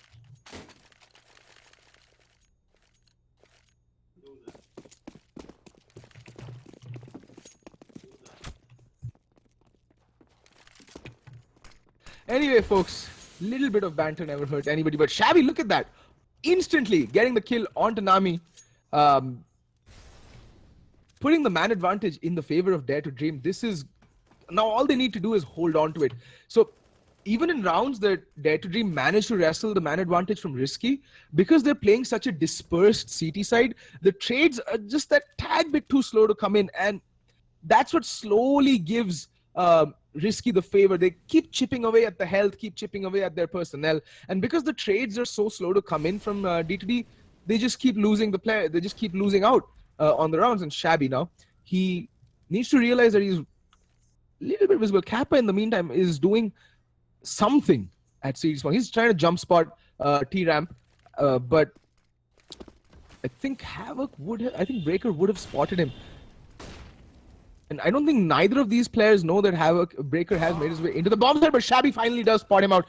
And that's a two-man advantage. Now there should be no reason for Day-to-Day to throw this round. But there's KitKat opening things up with the kill onto Kappa. Again, not going, that kill not being traded, but there's Shabby with the refrag. Shabby needs to be careful. There's fires and flames of hell burning right under him to the left, and Havoc picking up the kill onto Antidote. Shabby getting burnt alive. Poor Shabby. He got burnt by two different players there. And Blackhawk getting taken down by Carry Bob. And all of a sudden, it's just Hell Ranger in a 1v2. This is what I was talking about, right? They were two-man to the good. They were two-man to the good. There's no reason why it should come down to a 1v2 where Hell has to clutch it out. And Havoc there, ever so aware, knows about this flank coming in, is ready. Sights trained at T-Ramp, and Hell Ranger goes down.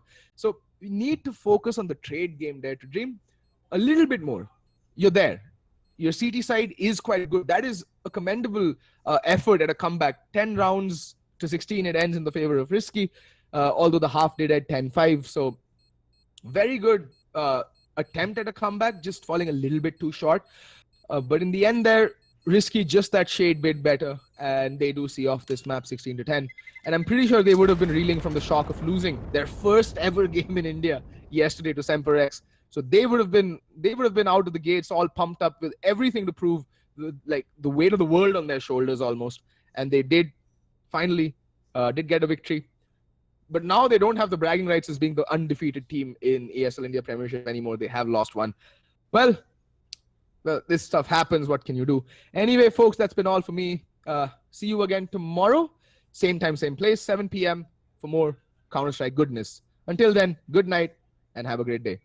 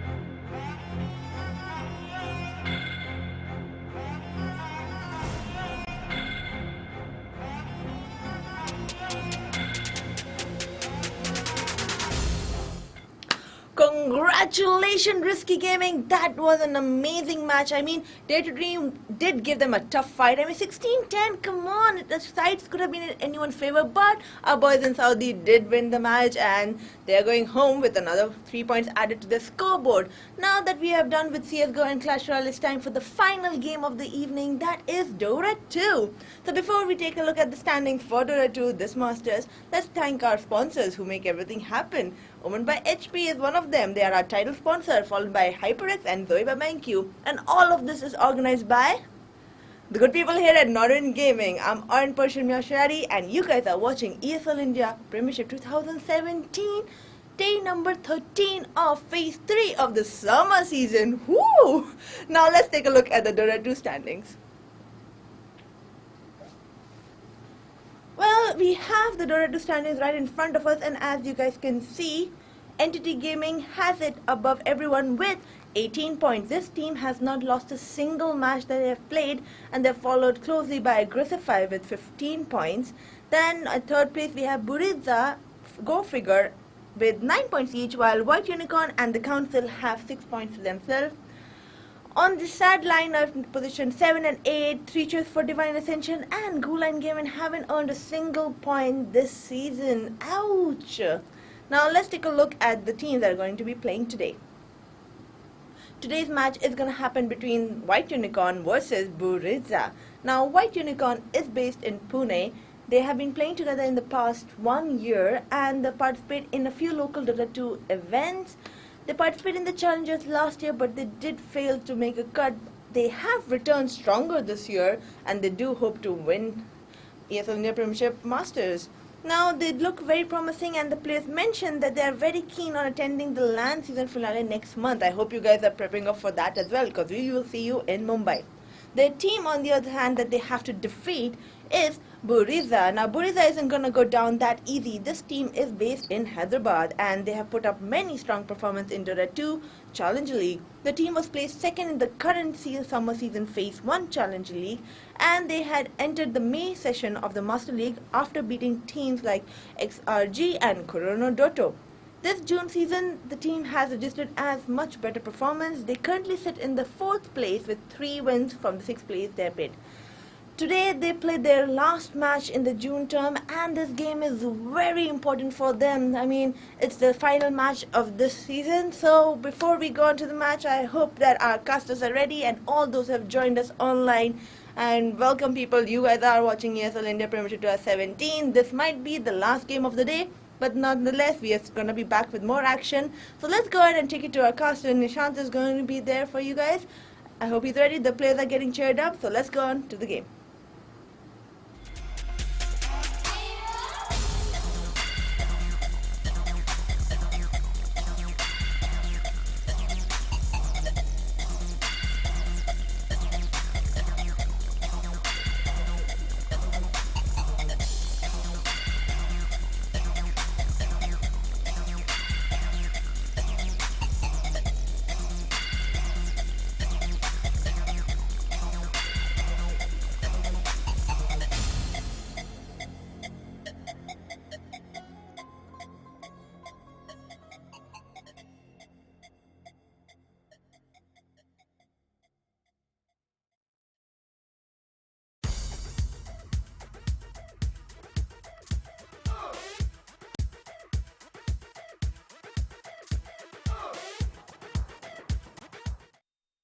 Ladies and gentlemen, boys and girls, old and young, and even League of Legends players, welcome back to the ESL India Premiership. You've got Team Buriza, this time on the Radiant, facing off versus White Unicorn on the Dire. My name is Vivek, and joining me today is no one.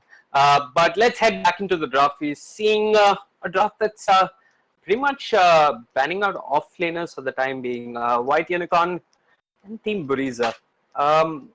It looks to be... it looks to be the team. I mean, I just always keep on looking at the Team Buriza lineup because they keep switching things up. But yeah, they're pretty much the same for the time being. We're also seeing Slada and Bristleback getting banned. I mean, we've seen more and more teams being able to deal with the Bristleback of late. But White Unicorn, they're not taking any chances. First pick, Team Buriza, they'll probably be looking to pick up their 5th now. They could do Jakiro. I'm not a fan of the Twin-Headed Dragon. I mean, maybe to some extent I get the appeal. He's a solid fight in the lane. But what he offers in terms of team fight isn't that much. And speaking of team fight, we got the Disruptor. So that static storm is always good to have. The silence as well as the team fight control always handy. And you're not giving away too much of your draft. White Unicorn did choose 2nd pick. So they are going to have the last ban to work with. I mean, the last pick to work with, so they could counter Team Buriza if they want to with their last pick. Let's see if they're going to reach that point in today's game. As far as openings go for White Unicorn, one of the much favored openings in the Summit 7 is the Sand King along with the Dazzle. Basically, variations around the Sand King. Clockwork still getting picked despite that nerf in 7.06 deep. But yeah, it's going to be the Twin-Headed Dragon +1. I'd really like the Clockwork. I wouldn't mind the Sand King either. Slada's been banned out. Does Team Buriza play the Clockwork as a 4? I mean, so Venom and Zerisbug are the 2 supports. We've seen Zerisbug play the 4 as opposed to the more thankless 5 of late. I mean, I remember him playing a Bounty Hunter and being reasonably active and farmed. I mean, as farmed and as active around the map as I've ever seen Zerisbug in a while. But back to White Unicorn, I'm going to go with the Darkseer. I think this is partly a deny pick of sorts because the Darkseer works really well with the Disruptor. So they don't want to give it away. And speaking of not giving it away, you're not giving away too much of your draft just yet. There are a lot of things you can work with. You could also look to pick up something like the Kunkka along with the Darkseer and the Jakiro. You've got another source of initiation, and the Darkseer is only fun when there's something to follow up with the Vacuum Wall, and a boat would be really nice coming out from White Unicorn. Team Buriza, this is where they picked their fourth. Venom has played Monkey King reasonably well in the past, before he was so heavily nerfed. And if I'm not mistaken, the max damage that Primal Spring does at level 1 has been increased to 180. So if you do get off a fully channeled Primal Spring, you are doing a fair bit of damage. And yeah, I think also in Sun Puncher 60, there was that change where Bamilu Strike, the crit percentage, the crit chance or the crit factor has been increased by 0.1. Small changes, but maybe just enough to see Monkey King make a return in the pro scene. But they're going to go with the next assassin. Both teams not giving away their lanes just yet, so I'm expecting this next phase of bans to be pretty much targeted bans. And yeah, you are seeing the Tinker get banned out. It is something that Clown K does play a fair bit. The next pickup also gives me the idea that Team Buriza might want to run an OD or a Storm, heroes that the Nyx does really well against. So I'd like to see White Unicorn maybe just ban out the Storm Spirit. And this Ember Spirit ban, I mean, all these bans give me the idea that Team Buriza is thinking about a Storm. The roots on the Ember Spirit and the Searing Chains are reasonable amount of lockdown to work with against the Storm Spirit. Yeah, White Unicorn, are they going to show a little bit of respect towards Clown K, Storm Spirit, and just take it out of the equation right away? Jesus, they picked a Nyx. They're almost begging you to ban the Storm at this point. White Unicorn, though, they are taking their time.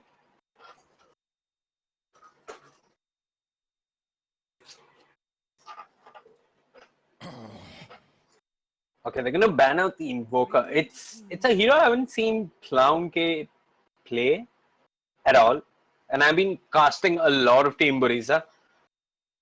But yeah, it's going to be an Invoker ban. So I guess this is something that they just don't want to play up against. I mean, if you if you take a look at mid laners, you've got heroes at the top of the mid hero tier. Am I saying that right? Like mid laners and their tiers as heroes. So you've got the top, which is like Shadow Fiend and Queen, Shadow Fiend, Invoker, OD, as heroes that keep scaling really well into the late game. And then you've got this mid tier, which is Queen Puck. I mean, even Ember Spirit to some point with all the heavy magical play that he gets nowadays. And Invoker's right at the top. I mean, give him more time, he just gets better and better. So, White Unicorn, just paying respect to the power of the Invoker and banning that out. Next pick for them, though. They're looking for a 4, but instead they're going to pick up the Juggernaut. I like this. I mean, get your hands on that hero when you can. Juggernaut is one of the few cores that you can pick up so early on. It's kind of going to maybe force the opponents to look at something like the Axe in the offlane.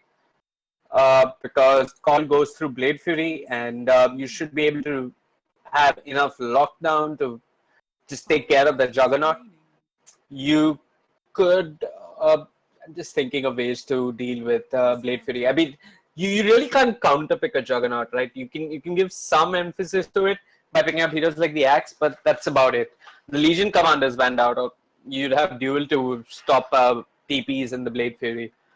But yeah, Team Buriza, they could pick up their offlaner now. NGA does play the Axe. I've certainly seen him do it. And he is the captain after all. He could pick up the Magnus if he wants to, but Magnus, I mean, he's sort of fallen out of favor in the offlane, especially with the changes to the shrine. I mean, he's one of those offlaners that, well, can't get much out of the lane, does need a lot out of his shrine early on. But Team Buriza, they're going to pick up the line. So now it's out clear that this is a 3-position next assassin coming out from Team Buriza.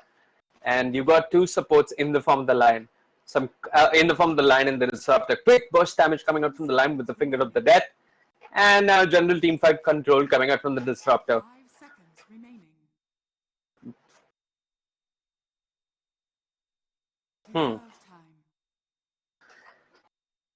White Unicorn could pick up their fourth here.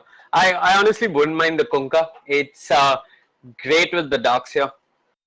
Get the boat into the vacuum. One of the other heroes that's really good with the Darks here is the Disruptor. Hey, but if you can play Earth Spirit, pick Earth Spirit, as always. So I really like the Earth Spirit pick. I mean, it's been a while. Indian teams do not pick up the Earth Spirit that much. And it'd be nice to see some Earth Spirit play after ages. You know, I honestly wish we had a Statsman, because every time I've seen an Indian team pick up Earth Spirit, they've almost always won the game with that hero. I do remember Evil-Ash picking it up a fair bit. I do remember it getting picked up in another Indian tournament. And yeah, almost every time I've seen Earth Spirit getting picked up by an Indian team, they go on to win. And maybe this could be a pocket strat for Indian teams in Indian tournaments. Pick up the Earth Spirit, and heck, who knows, you can win the game.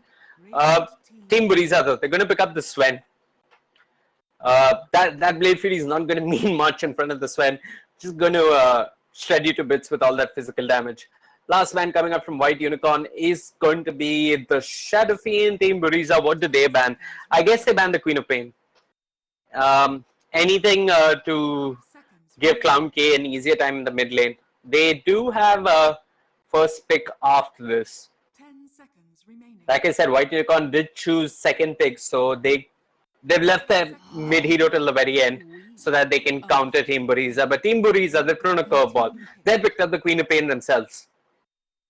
So White Unicorn could do Dragon Knight and have a semi-push lineup going.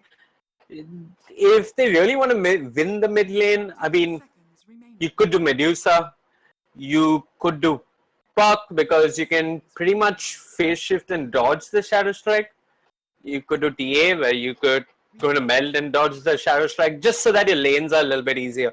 But more than anything, I think White Unicorn, yeah, they really like a little bit more of teamfight control. I mean, the lineup is already leaning heavily towards teamfight with the Darks here and the Earth Spirit.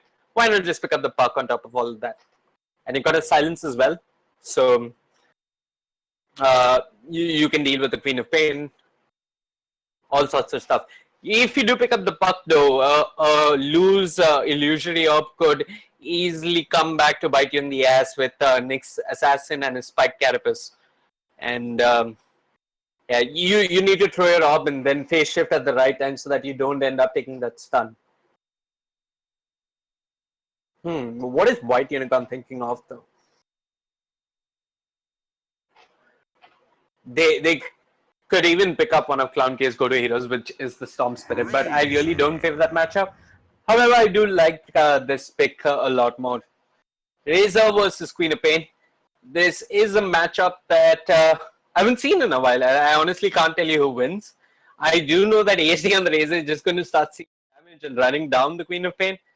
But yeah, I mean, it's rather simplistic, but I don't know if that's enough for Razor to win that matchup. Both teams do have a healthy mix of early, mid, and even late game. They're actually decent drafts, and I honestly cannot tell you who's going to come out on top.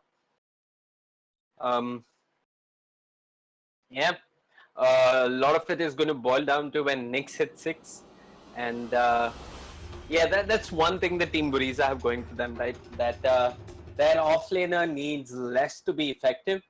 Darkseer needs those levels in vacuum, which he's gonna get around the. I mean, once he hits level 12, he got 4 points in Iron Shell, then maybe a couple in vacuum, one in Surge, one in Wall, and then you can sort of be useful around the map. The Nyx Assassin, however, all he has to do is hit 6, and he's going to be offering a whole lot more. Okay, we have a pause. It's almost always as if the players keep the castles in mind, because I'm going to take this opportunity to sort out my hotkeys. Okay, good to go. And yeah, it's once again really sweet of the players to pause, because I'm going to use this to run through the lineups. We've got Venom on the Disruptor, easy. on the Sven. Nyx Assassin being played by Helm GA. Zed is Bug on the line. He's got a cool set. Queen of Pain being played by Clown K. And on the other side of the river, White Unicorn, we've got Dominator playing the Darkseer. Look at that cone-shaped head of his. Razor being played by AST. Earth Spirit being played by Redemption. Clutch playing the Juggernaut.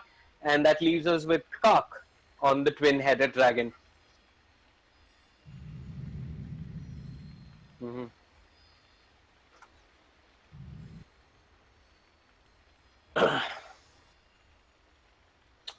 Yeah, so a couple of factors in this game worth considering is that one, the Nyx gets online a lot earlier than the Darkseer. It's a bit funny that the Nyx has started out with boots and a set of tangos. I hope that's enough regeneration to sustain him until the shrines are active.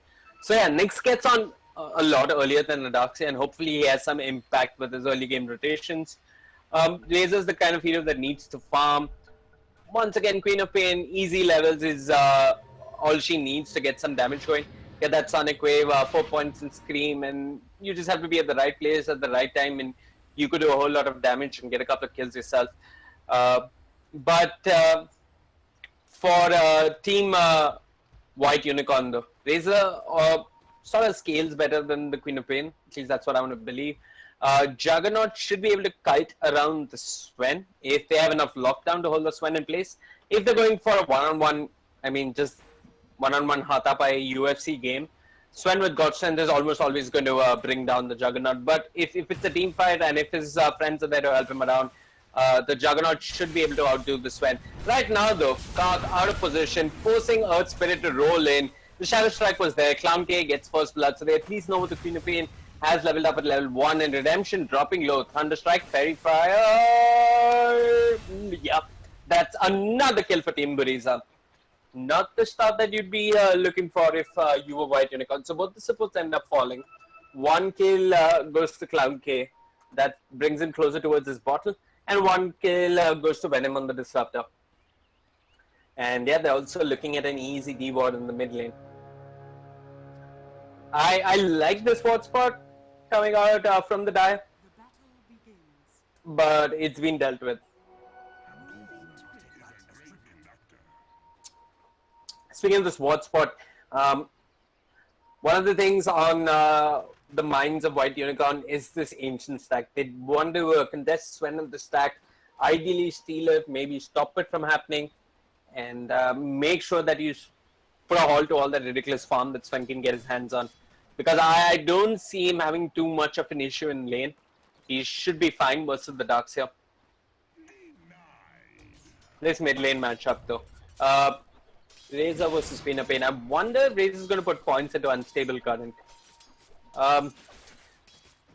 The kind of sad thing about playing versus the Queen of Pain is that I think if you put maybe 2 points into Shadow Strike,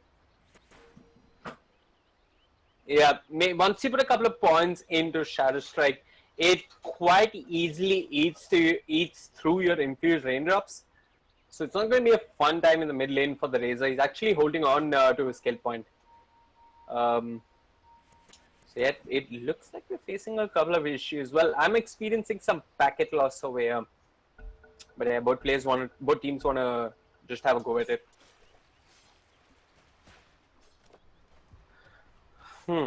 There's Earth Spirit though. The question is, what can he do in the early game? I mean, he's one of the supports who's most effective early on in the lanes. It's going to be hard for him to gank Clown K. His most doable lane for a kill is his Nyx Assassin, who's started out with less consumables, but is giving Kaka hard time on the twin-headed dragon. So they haven't gotten the D ward off. It's like they know and they're just going to let it be. It's also an odd place to put a dire ward. Hold on. Yeah. So, I mean, I've said this countless times, but what's worth considering about being a mid laner on the dire is that you can't be ganked from here unless people are smoked. because the tower almost always will hit you. This is the tower range. So it's more likely that if you're a dire mid laner, you're going to be ganked from this slope. And you'd ideally want vision on this slope. But they've prioritized vision on the lane without vision on the slope. So Razor's quite open to getting ganked. And with this additional intel that Team Buriza are working with, I mean, they know that all Razor sees is the mid lane right now. Yeah, this is dire vision. Yeah, this is dire vision. He's not seeing that slope. So he could easily get ganked from that part of the map. And yeah, I hope Zeresbug is taking note of this, and he's got the boots early on. So he's going to be the 4-1 smoke. Venom is going to be the 5. These numbers don't really matter because between a Lion and a Disruptor, both have what it takes to have an impact in the game. Both are high impact supports.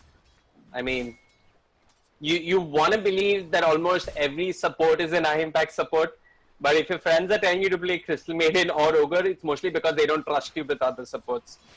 I know my friends don't trust me. Yeah. Zeresbug will also be looking for that early blink dagger. They've pretty much given up on trying to shut down this Darkseer. Just going to let him have his farm. And yeah, speaking of farm, Juggernaut leading the charts. He's got more denies to his name. So it's kind of worrisome that Nyx is not getting as much from his lane as the Darkseer. Darkseer has pulled ahead in terms of levels. He's almost a whole level ahead of the Nyx assassin. So all his denies are coming into play. Do denies count so much more though? I mean, the Juggernaut is level 3 while Sven is also level 3. So they kept up. Part of this can be brought down to the Earth Spirit sitting on the side, leeching EXP, getting in the middle of the action. The Ice Path was there, the Boulder Smash is there as well. The Impale will not connect, and that's an easy kill for Clutch on the Juggernaut. Well done by White Unicorn. It's a small kick to one's confidence if you miss a rolling boulder. But hey, the Boulder Smash was on point, and White Unicorn do get a valuable kill on one of Team Buriza's cores.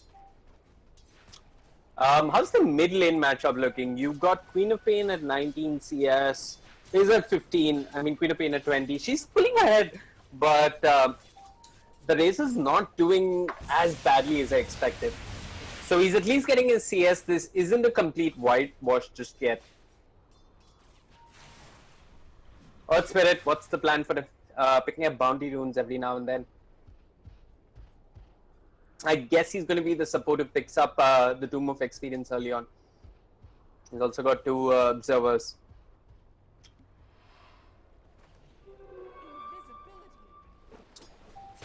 I guess if your Team Buriza is just waiting for Nyx to hit 6. But hey, you're not even waiting. You've gone on to the Razor. The stun was there. They've hexed him up as well. And Clown K scores the kill. Earth Spirit rolls in. They've moved on to Clown K. He's got an Iron Shell from another lane. But not enough damage. And a nice long range Earth Spike coming out from Zeresbug. If I'm not mistaken, never mind. Yeah, I just think Zeresbug hit the ground and not the target for that Earth Spike to connect. Queen of Pain pulling ahead in terms of levels. Looks like she'll be going for the Veil. I like that pickup, especially when you have a Disrupt and a Lion who are going to benefit so much more from that Veil. And yeah, they might even be able to kill off the Darkseer. No mana for the Glimpse and Boulder Smash from the river, but easy with the Storm Hammer. Makes it look all so simple.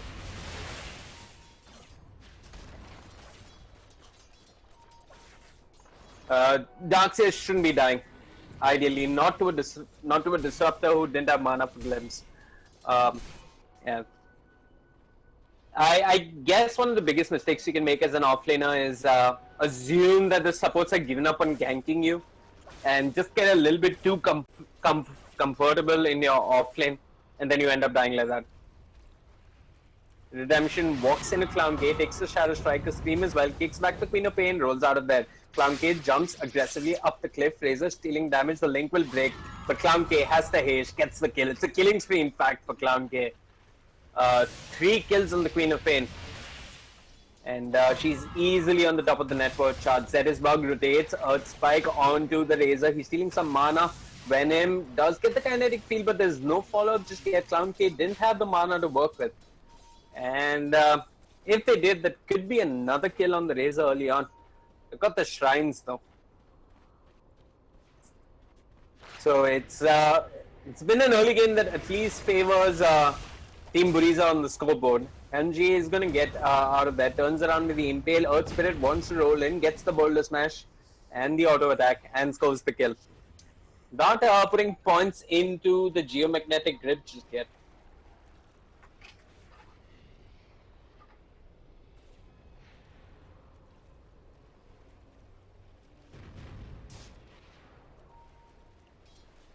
Yep, both offlaners have died a couple of times. Helm has gone back for that Iron Talon.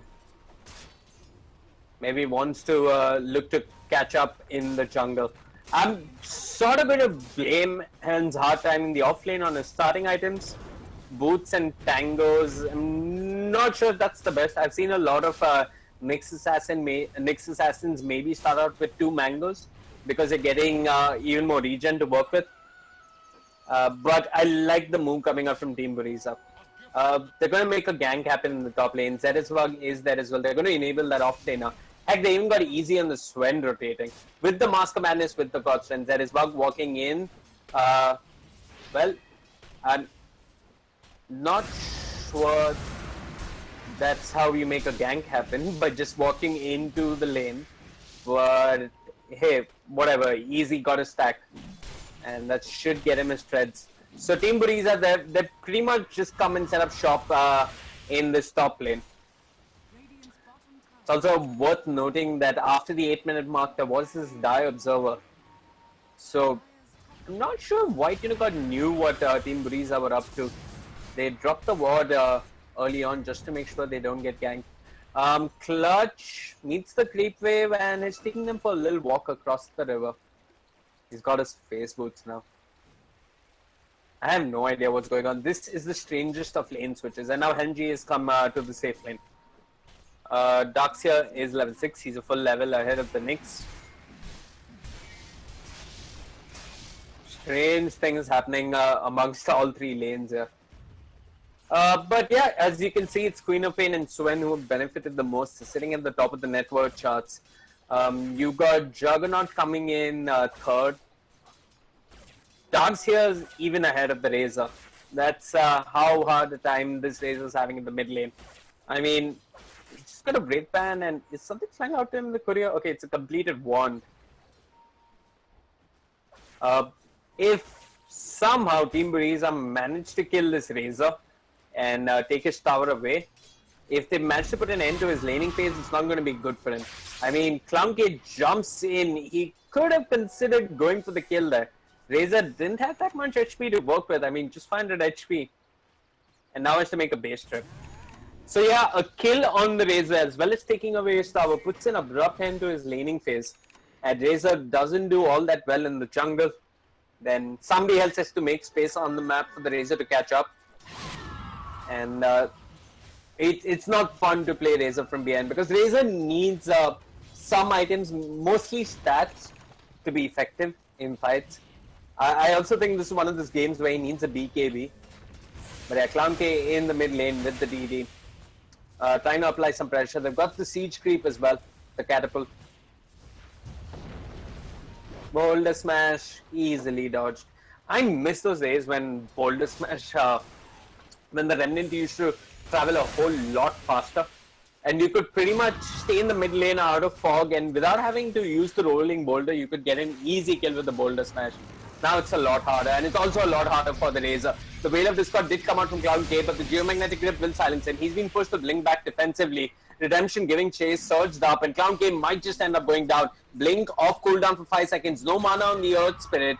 Clown K, I mean, he's wanting that blink to come off cooldown, but he's going to be burnt by that Iron Shell. NGL looking for the response here, holding on to that Impale, but he rolls out of there with the rolling boulder to his shrine, and he is safe for the time being. So yeah, they take away the streak on the Queen of Pain. Not too bad for White Unicorn. That was a huge gold exchange. A nearly 700 gold going in to the pockets of White Unicorn. And yeah, fair bit of gold going towards the Earth Spirit. He's going to be spending most of it on wards. Has gone for the Tranquil Boots though. What survives him is none of the supports on the side of White Unicorn are farming that well. Might just end up going down. Had the TP, was waiting to TP out of there. Takes a Sonic Wave. Brutal Savage wrecked. So yeah, but if you take a look at the supports on the side of Team Buriza, they're somehow finding gold across the map. Zedisbug is making decent progress towards his Blink. Disruptor sport, but at least he has levels and that's what he needs. He's trying to hold on to his mid tower here. NGA with the Vendetta moving into the enemy jungle. Won't be finding anyone. Will scout out a stack. Speaking of stacks, it looks like Sven already cleared his. He's getting closer towards the Sanj. Yeah, he's got the Sanj complete. 12 minutes in, Power Threads, Mask of Madness and Sanj. Things are only getting worse for White Unicorn. What's the Juggernaut looking like in terms of items? Okay, Yasha phase, not too bad. Safe lane tower under attack from White Unicorn. Our Team Buriza looking for a trade. I mean, ideally you'd want to trade both safe lane towers, right? Can they take down the tower though? I mean, they've got... Disruptor is not the best when it comes to hitting buildings. Earth Spirit, not yet 6. 30 minutes and he's rather under level. Jakiro's under level as well. I mean, I'm going to drop down the levels. Heck, Zedisbug is level 8. He's going to hit a talent soon enough. Blind does have a gold talent at some point. Yeah, that comes at level 15, but he's going to get that plus 75 cast range, which isn't too bad. Or maybe even the 60 damage if he feels a bit cocky. Okay, so Zedisbug is level 8. Disruptor is 6. Zedisbug is more level than his... I mean, is high level than his own offlaner. But yeah, they're trying to get a kill. Clutch out of position. Did have the face boot, so he's got the Blade Fury as well. Is trying to escape. Is a glimpse on the way. They're trying to chase. They don't have vision. Juggernaut juking left, right. Gets fingered. Gets brought down. Jesus, that sounded dirty. I mean, how... I guess there's only one way of saying it. You got fingered. That's it. There's no other way to put this. But they denied their tower. Team Buriza denied their safe lane tower. While White Unicorn have held on to their safe lane tower. So that's some more time for Razor to farm. I guess you give up the offlane tower now if you want to. It's not a much value. I mean, you have the shrine to get to the lane if you need to. But Earth Spirit, he's going to roll in on his Zedisbug, magnetize onto 3 with the geomagnetic hit onto the Disruptor. Another engine doing some work. The Boulder Smash, not going to connect. So they held on to the offlane tower at 146 HP. And Clutch is just walking in fearlessly. I mean, Zedisbug is standing on the sides. He wants that Blink Dagger to come online as soon as possible. They're being patient. Helm still has that Vendetta for a fair bit. Earth Spirit though, he has managed to catch out easy. A kill on the Swan could be huge. They're stealing his damage. They've stolen 70. Doesn't matter. They've taken away his HP as well. But NGA reveals himself, gets Omni Slash. There's a Blade Fury as well. It's an easy kill for Clutch. 2 cores fall on the side of Team Buriza. Not the best of decision making coming out from them. I'm not sure why NGA went to fight. They do need that burst damage coming out from the Queen of Pain if they want to bring down the Juggernaut. Or maybe the Sven. I'm not even sure what the Sven is doing in the Revolve by himself. Back to net worth. Queen of Pain still at top. Juggernaut closing the gap now. White Unicorn get the sense that maybe we're a bit stronger than them. We can just force the issue, group up around towers. And let's see what happens. I honestly don't think that's too bad an idea. So... It's 14 minutes in. Helm has completed his arcane boots. He's not had the most success with his rotations around Vendetta. Clutch, what's he building into the Manta style? You can theoretically Manta dodge the glimpse, but that's a really difficult thing to do. I mean, I've seen RTZ do it.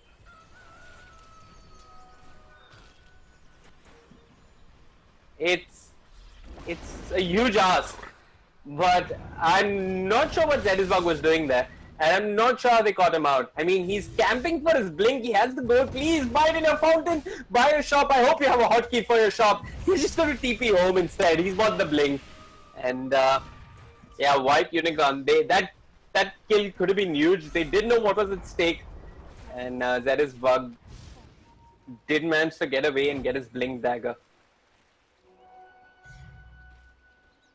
But yeah, all of that was space for Team Buriza to take down the dire offlane tower. Space created is what Zedisbug is telling them.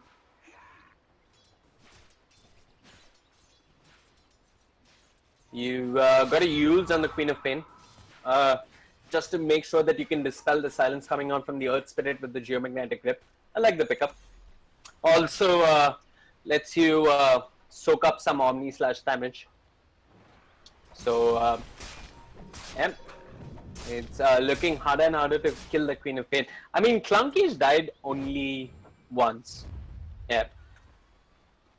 And I think Team Buriza have had enough. Zedisbug has the blink. It's a good time to pop a smoke and look for a pickup. What's the vision looking like? They see the shrine. Do they see redemption though? Like, I don't think they do. They're just moving to the dire safe lane tower. But this is really good positioning coming out from White Unicorn.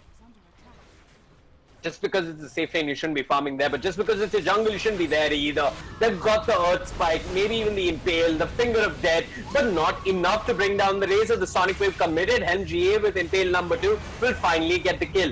Elsewhere, Sven takes a tower.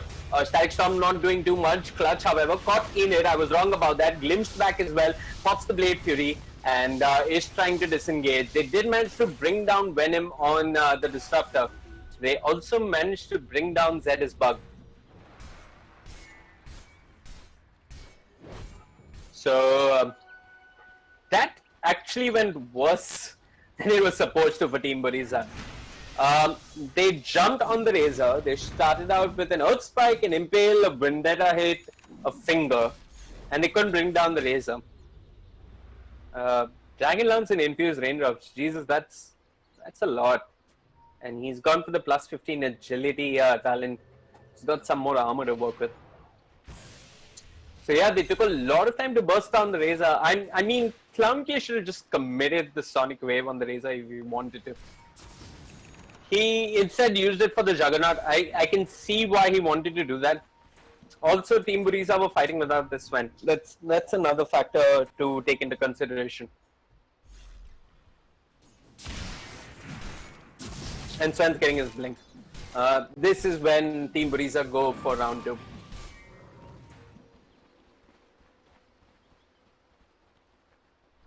Got a good amount of aggressive vision coming out from Team Buriza. Yep. So you got this deep observer that's looking at the Radiant, the Dire Jungle. Excuse me. You also got Ward looking over the rune, and another Ward looking over the shrine. Venom did see the Jakiro, didn't want to glimpse him. In fact, he just gets the T-word off. Good stuff. He did see the twin-headed dragon drop that ward and gets a prompt D-word.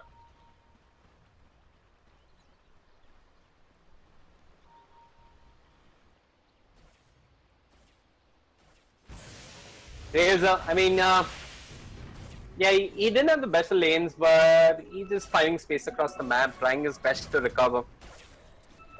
He'll be getting the next talent soon enough.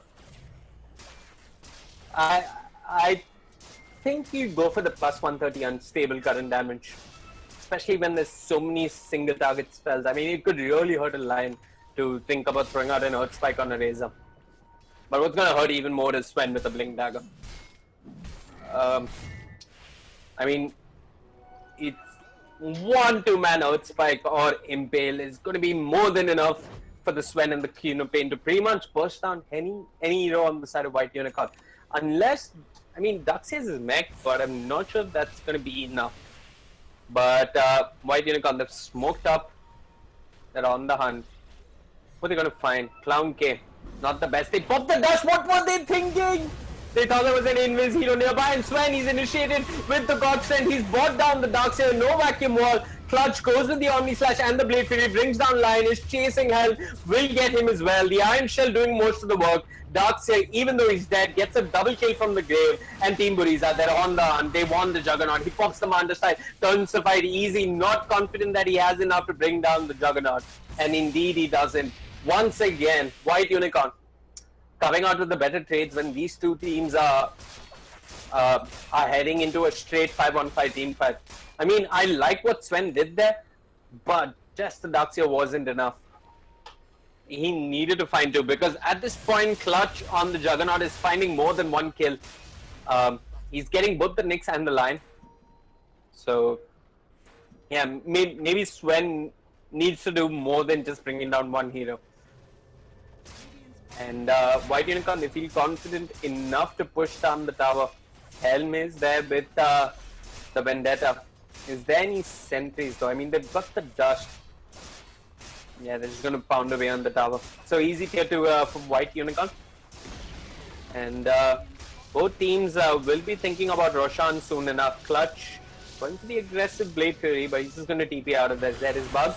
Caught. Actually, he's caught someone. It's Karth on the Twin-Headed Dragon. Did have enough damage to bring him down. But AHD is here, stealing damage. Zed is bugged. No mana to work with. No blink either. Will end up falling. Earth Spirit goes in aggressively. Picks up the Invis Rune. And does see Venom on the Disruptor. Venom. There is a Queen of Pain nearby. So the Earth Spirit's being patient. He's setting this up. He's waiting for other coach to join him. You got Clutch on the Juggernaut on the way. I mean, taking away the Disruptor is better. Okay, Boulder Smash didn't connect into the Magnetizer, that Geomagnetic Grip as well. And they're just going to run him down with the Blade Fury. That rolling boulder was rather underwhelming. But they did get the kill, and okay, the Clutch did manage to find the Queen of Pain, but he didn't. So good stuff coming out from White Unicorn. I mean, Zed is bugged. I like the idea that he goes in aggressively and tries to bring down the Jaquito. But yeah, I mean, a support for a support is not worth it, especially when Lion is the kind of support that's going to offer a lot more in teamfight than a Jaquito. I mean, Lion with initiation dying is not the best to start. But Clown K blinks in aggressively. He's found Kark. His blink is on cooldown. The Geomagnetic Grip is there. The Shrine's been triggered, but it's too little, too late. There's a dragon on the ground. And White Unicorn will have to disengage. Jesus, Kark doesn't get a minute to breathe. Dies at one shrine, then dies at the other. I'm going to drop the network charts. And it's honestly not much of lead. It's really no one's coming out on top. In fact, Team Buriza is winning the EXP game. They are getting more EXP across the map. I want to say this has something to do with all the ancients that Sven could have farmed. Clan K has the Orchid, which has been unveiled on that kill on the Jaquito. And on the Nyx, I mean, he's been roaming around with his Vendetta. He hasn't gotten much accomplished just yet.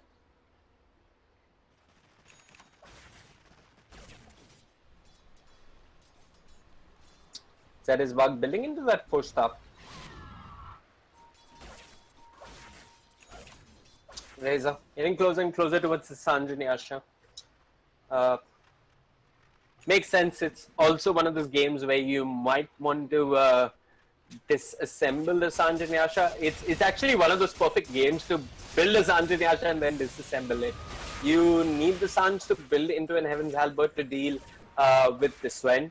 You'd also like a Manta style to shrug off the silence coming up from the Queen of Pain. It's not priority number 1, but you'd like a Manta style. Clutch. I saw that. He blinked himself into that position. But it's okay. There's no one nearby really. I mean, MGA has been scouting around, has completed that Midas. Isn't getting too much done really. I wonder if Nyx was honestly the best pick for Team Buriza.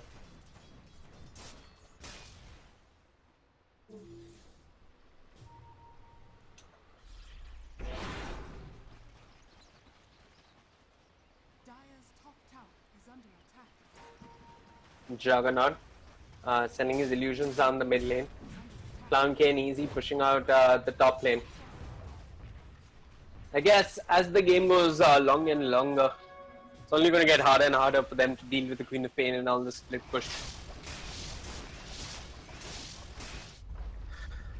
Zeresvag and Venom camped in the trees, and I found their old friend Finger of Death, a Sonic Wave, being blown on the twin-headed dragon. Heck, Juggernaut has come to the rescue, did manage to find a kill in response, wherein TPing out of there, nothing to stop that TP. Dominator did blink in, but it was too late for him to get the vacuum off. Helm GA on the hunt, Vendetta hit. He's I'm not sure if he's pump faking the Impale or whether he's so unsure about hitting an Impale that nah, just give up on it.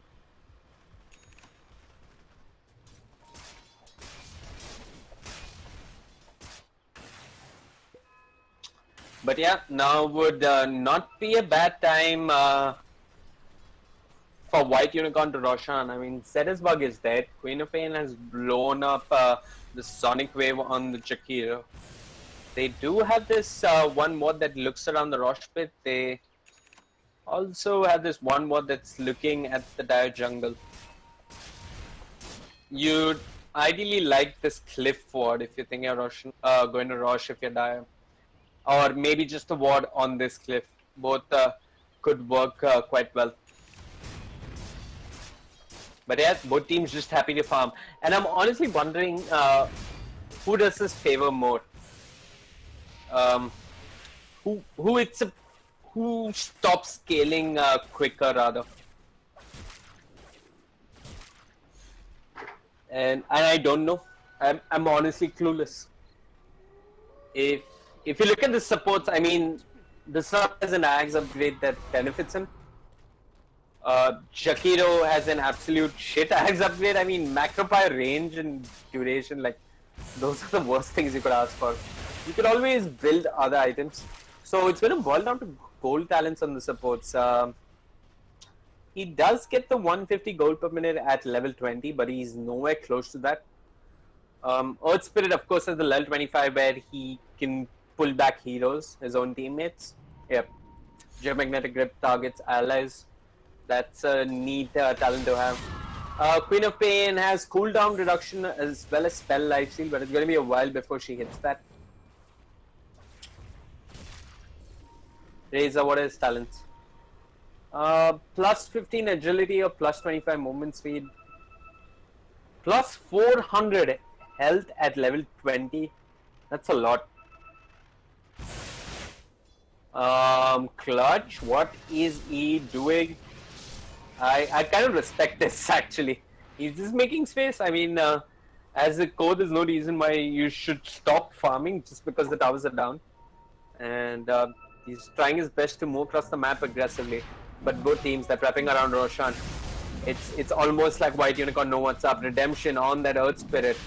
Can he go in, get that huge magnetized Venom, going for the D ward? ASD will see him, will steal his damage. A dead disruptor means there's no lockdown coming out. The Ice Path was there and the damage as well. White Unicorn did get the D ward. They're thinking about moving into the Rosh pit. Clutch does have that blink and Omni Slash. He could go if he wanted to, but he's not pushing his luck and he doesn't have too much vision to work with. White Unicorn. They've held on to the area around the Rosh pit. They've got the illusion in the pit as well. I mean, yeah, here I want to give the advantage to Team Buriza. They can scout Roshan a little better with the Nyx Assassin.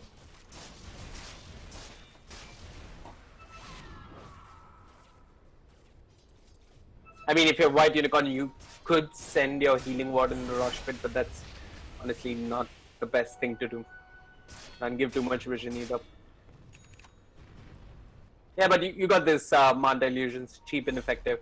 I like what Helm G is doing. He's thinking about getting a pick off before White Unicorn move into the pit themselves.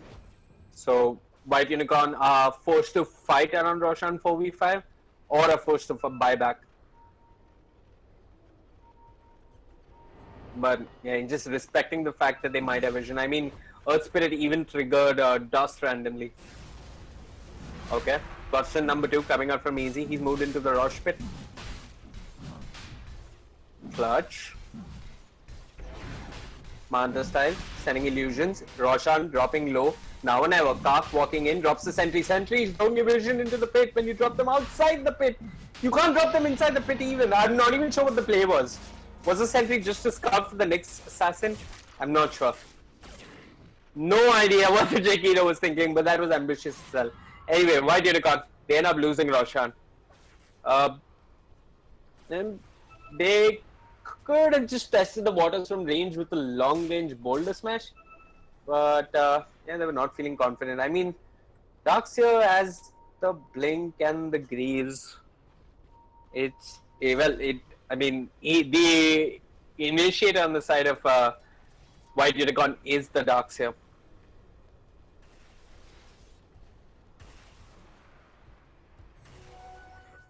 But yeah, Team Buriza, they're playing with an advantage. They've got the Blink on the Sven.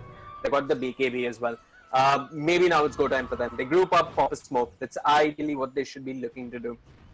There is a deep observer coming out from the die in the Radiant jungle. So it is cutting out a little bit of Team Buriza's movements. I guess it's also Juggernaut, hexed up, controlled, brought down. That's 70 seconds with no Juggernaut. And that was exactly the kind of pick of the Team Buriza needed. They didn't even have to pop a smoke. Clutch just walked into their arms, gave away his life. And now White Unicorn might be forced to defend high ground. We haven't yet seen any plays coming out from the Darkseer. Ice Path onto 2. Okay, they're not going to play on the back of that. Easy pops the Gotchan, goes in.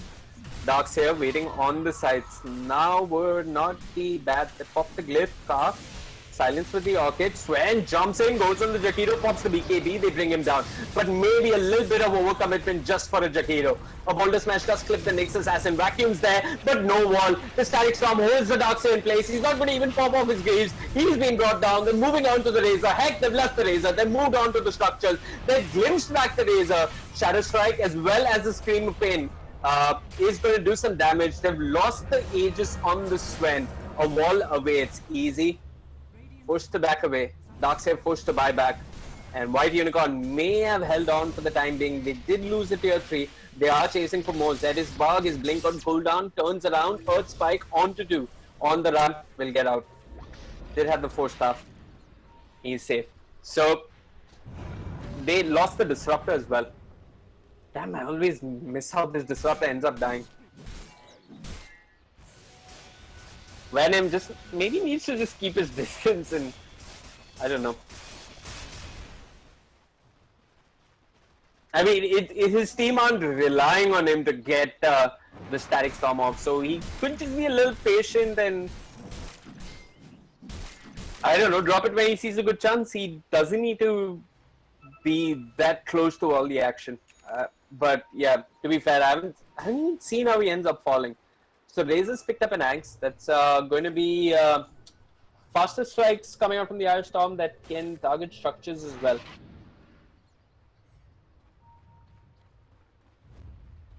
Okay. So Razor can hit buildings now with Iron Storm. And White Unicorn, they're looking to probably find the pickup. They do not have much vision to work with.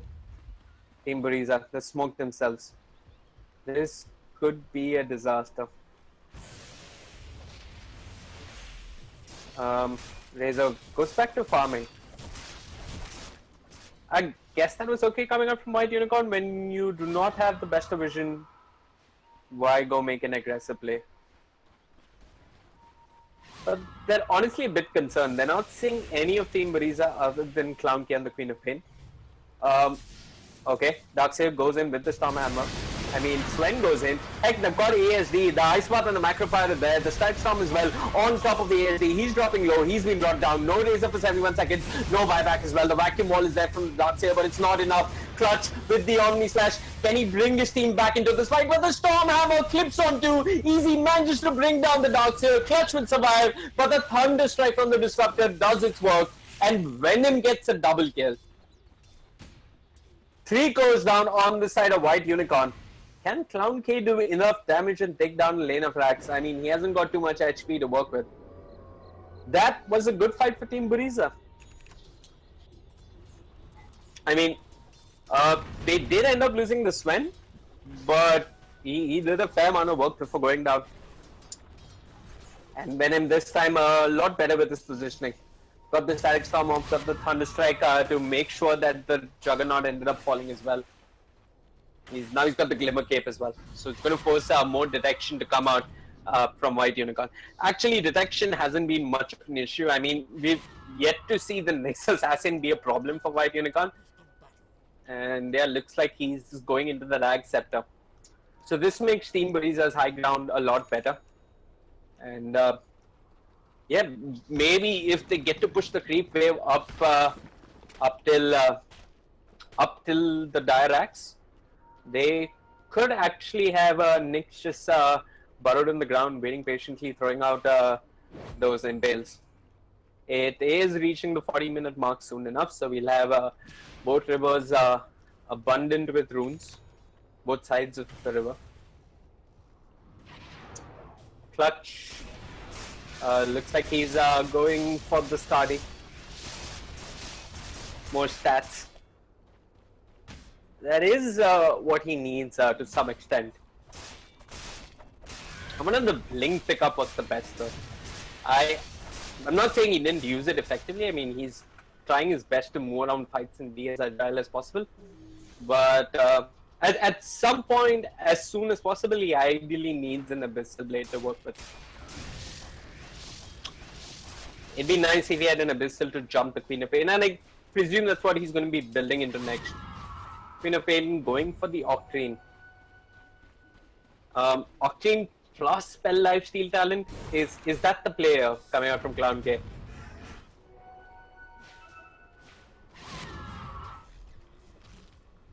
But yeah, has the Queen of Pain taken the reduced cooldown? Yep, 12% cooldown reduction along with Octane. Love to see an Axe on top of all of this, but the game might just end a whole lot closer. Clown K smoked up on the hunt, leading the charge for Team Buriza. Who's he going to find? The scan did come out from the Dire, did manage to clip the Nyx. White Unicorn are on the high ground, but Easy doesn't give a damn. He's got Razor, the Zack Storm is there. Somebody forced him out of that, but he's been glimpsed right back into the Storm, and he's been brought down. Vacuum Wall onto 3, but that Darkseer, he's dead before he could do much beyond that. Juggernaut with the Omni Slash, but is not doing too much. Sven can tank it up, and now he's got Clown K by side. Redemption will end up going down. So will the Juggernaut. Jakiro, the last teammate standing from the side of White Unicorn, finally goes down. It's an unstoppable spree for Clown K, and it might just be a high ground for Team Buriza. They just don't have the answer to bring down the Sven, and this is especially true when Razor gets caught out of position first. I'm honestly wondering, in hindsight, if the Aghanim Scepter was the best pickup. I did say at the beginning of the game that this is one of those games where you might need a BKB. And I think after Sanjanyasha, you should have gone for the BKB. This Axe Scepter is not proving to be all that useful in team fights. He gets controlled and brought down so fast by the Disruptor and the Queen of Pain. I mean, I did see that 4-star coming out from the Earth Spirit, but come on, you can't rely on his support to keep you alive through all of that team fight control. Would have really liked to see a BKB on Razor. It's hurting White Unicorn a lot in team fights. And they get a lane of racks as well as set up melee barracks top. And Team Buriza, they're happy. Just moving on to the shrines. Making sure that getting to Roshan for White Unicorn is all that much harder now. Yep, easy. Once get his hands in the next Aegis. Juggernaut does have the Skadi, but it honestly means nothing if his secondary core is not there to back him up. ASD needs that BKB as soon as possible. Can White Unicorn buy time though is the question. So this is going to go a number of ways. I mean, Team Buriza obviously going to think of Roshan, and White Unicorn, I don't think they're in any state to contest Roshan. Their next best spot at contesting Team Buriza is at high ground, but hopefully Reza has his BKB by then. And even then you're fighting into a Sven who might have an Aegis. Heck, Easy has an Invis rune, and there's no true sight in the dire jungle. ASD all by himself once again. They're thinking about it. They've got the Octane on the Queen of Pain, but they're showing some respect, showing some discipline. I mean, if that was a pop, I would have just said, let's go, let's kill him. Yeah, instead they're just going to move into the Rosh pit. So, White Unicorn though, how are they going to contest? And if they do, it's going to be rather obvious. They're just going to leave their waves pushed in. I think Clutch could split push a little bit more. Maybe even take the tier 3 if possible. Kak is around nearby. So White Unicorn, they're giving up Roshan, but can they get something in exchange?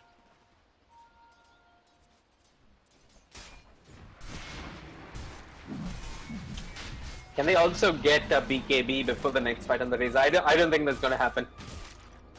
Okay. Team Buriza, they picked up the Aegis. Question is, are they going to come back to defend or just walk down mid? Okay. Yeah, Clown K should be able to clear this rather quickly. He's got the Arcane Rune. Is he thinking of a Sonic Wave? No.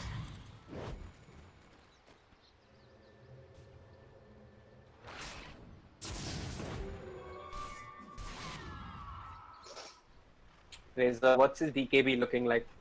ASD needs it badly. I mean, if I was a Razor on the side of White Unicorn, I'd honestly tell my teammates to just leave the lane so that I could farm. But you've got super creeps coming on from 2 lanes, so you're not even getting all that much gold. And yeah, the lane doesn't look all that safe right now. Should be an easy tier 3 for Team Buriza.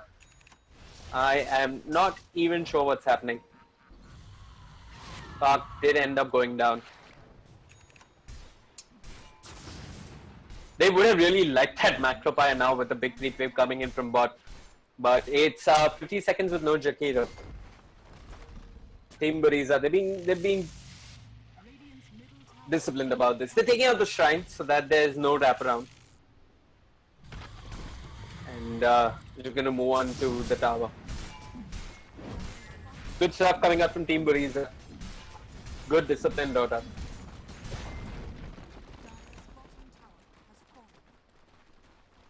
It's going to take an insane vacuum wall into Boulder Smash, into whatnot for White Unicorn to come back. I'm going to drop the buyback status.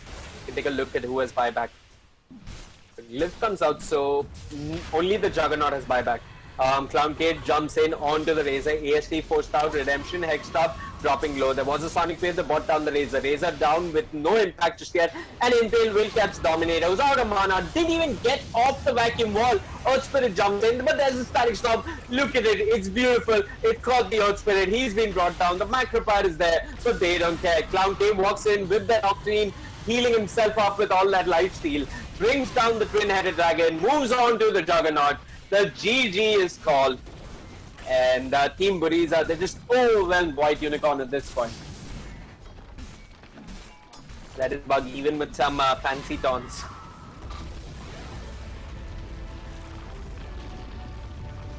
Yep, in the end it seemed to be a 30k plus net worth lead in favor of Team Buriza. Good stuff coming out from them. I mean, I don't want to say White Unicorn had a draft problem, but one could certainly question that small error in itemization coming up from the Razor. Maybe if you built a BKB, the game would have been slightly different for White Unicorn. But unfortunately, today they end up losing. Well played to both sides, but that's about it as far as the broadcast is concerned for today. My name is Vivek. Thank you so much for tuning in. See you tomorrow.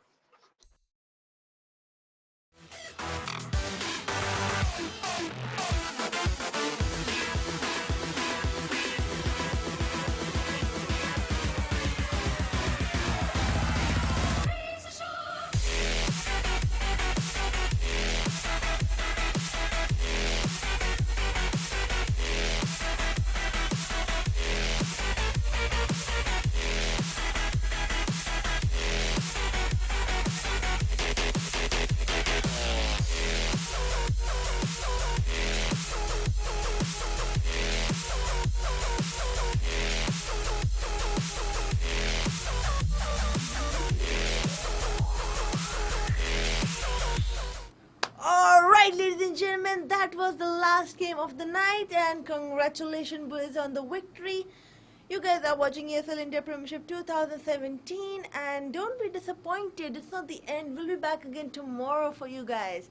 Now, this is our version meow signing off, but before that, you know what's gonna come? That's right, we're gonna mention our sponsors because they're the best friends we have in the world. You guys love them, we love them, I love them. So thank you so much, Oman by HP, HyperX, and Zoe by Thank you for making this happen, and the good people at Northern Gaming who organized it for me. So if you guys enjoyed the games, let them know in the comments below what else you want, and maybe I can make it happen. Now that's all we have for you guys. Thank you so much for tuning in with ESL India. I'll see you guys tomorrow again with more matches, more fun. Good night.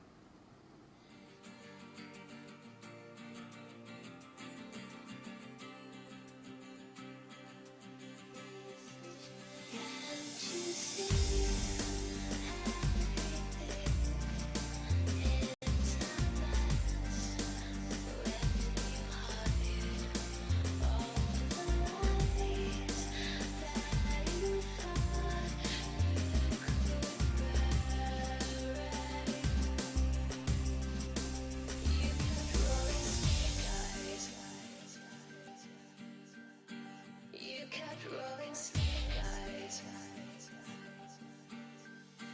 One too many.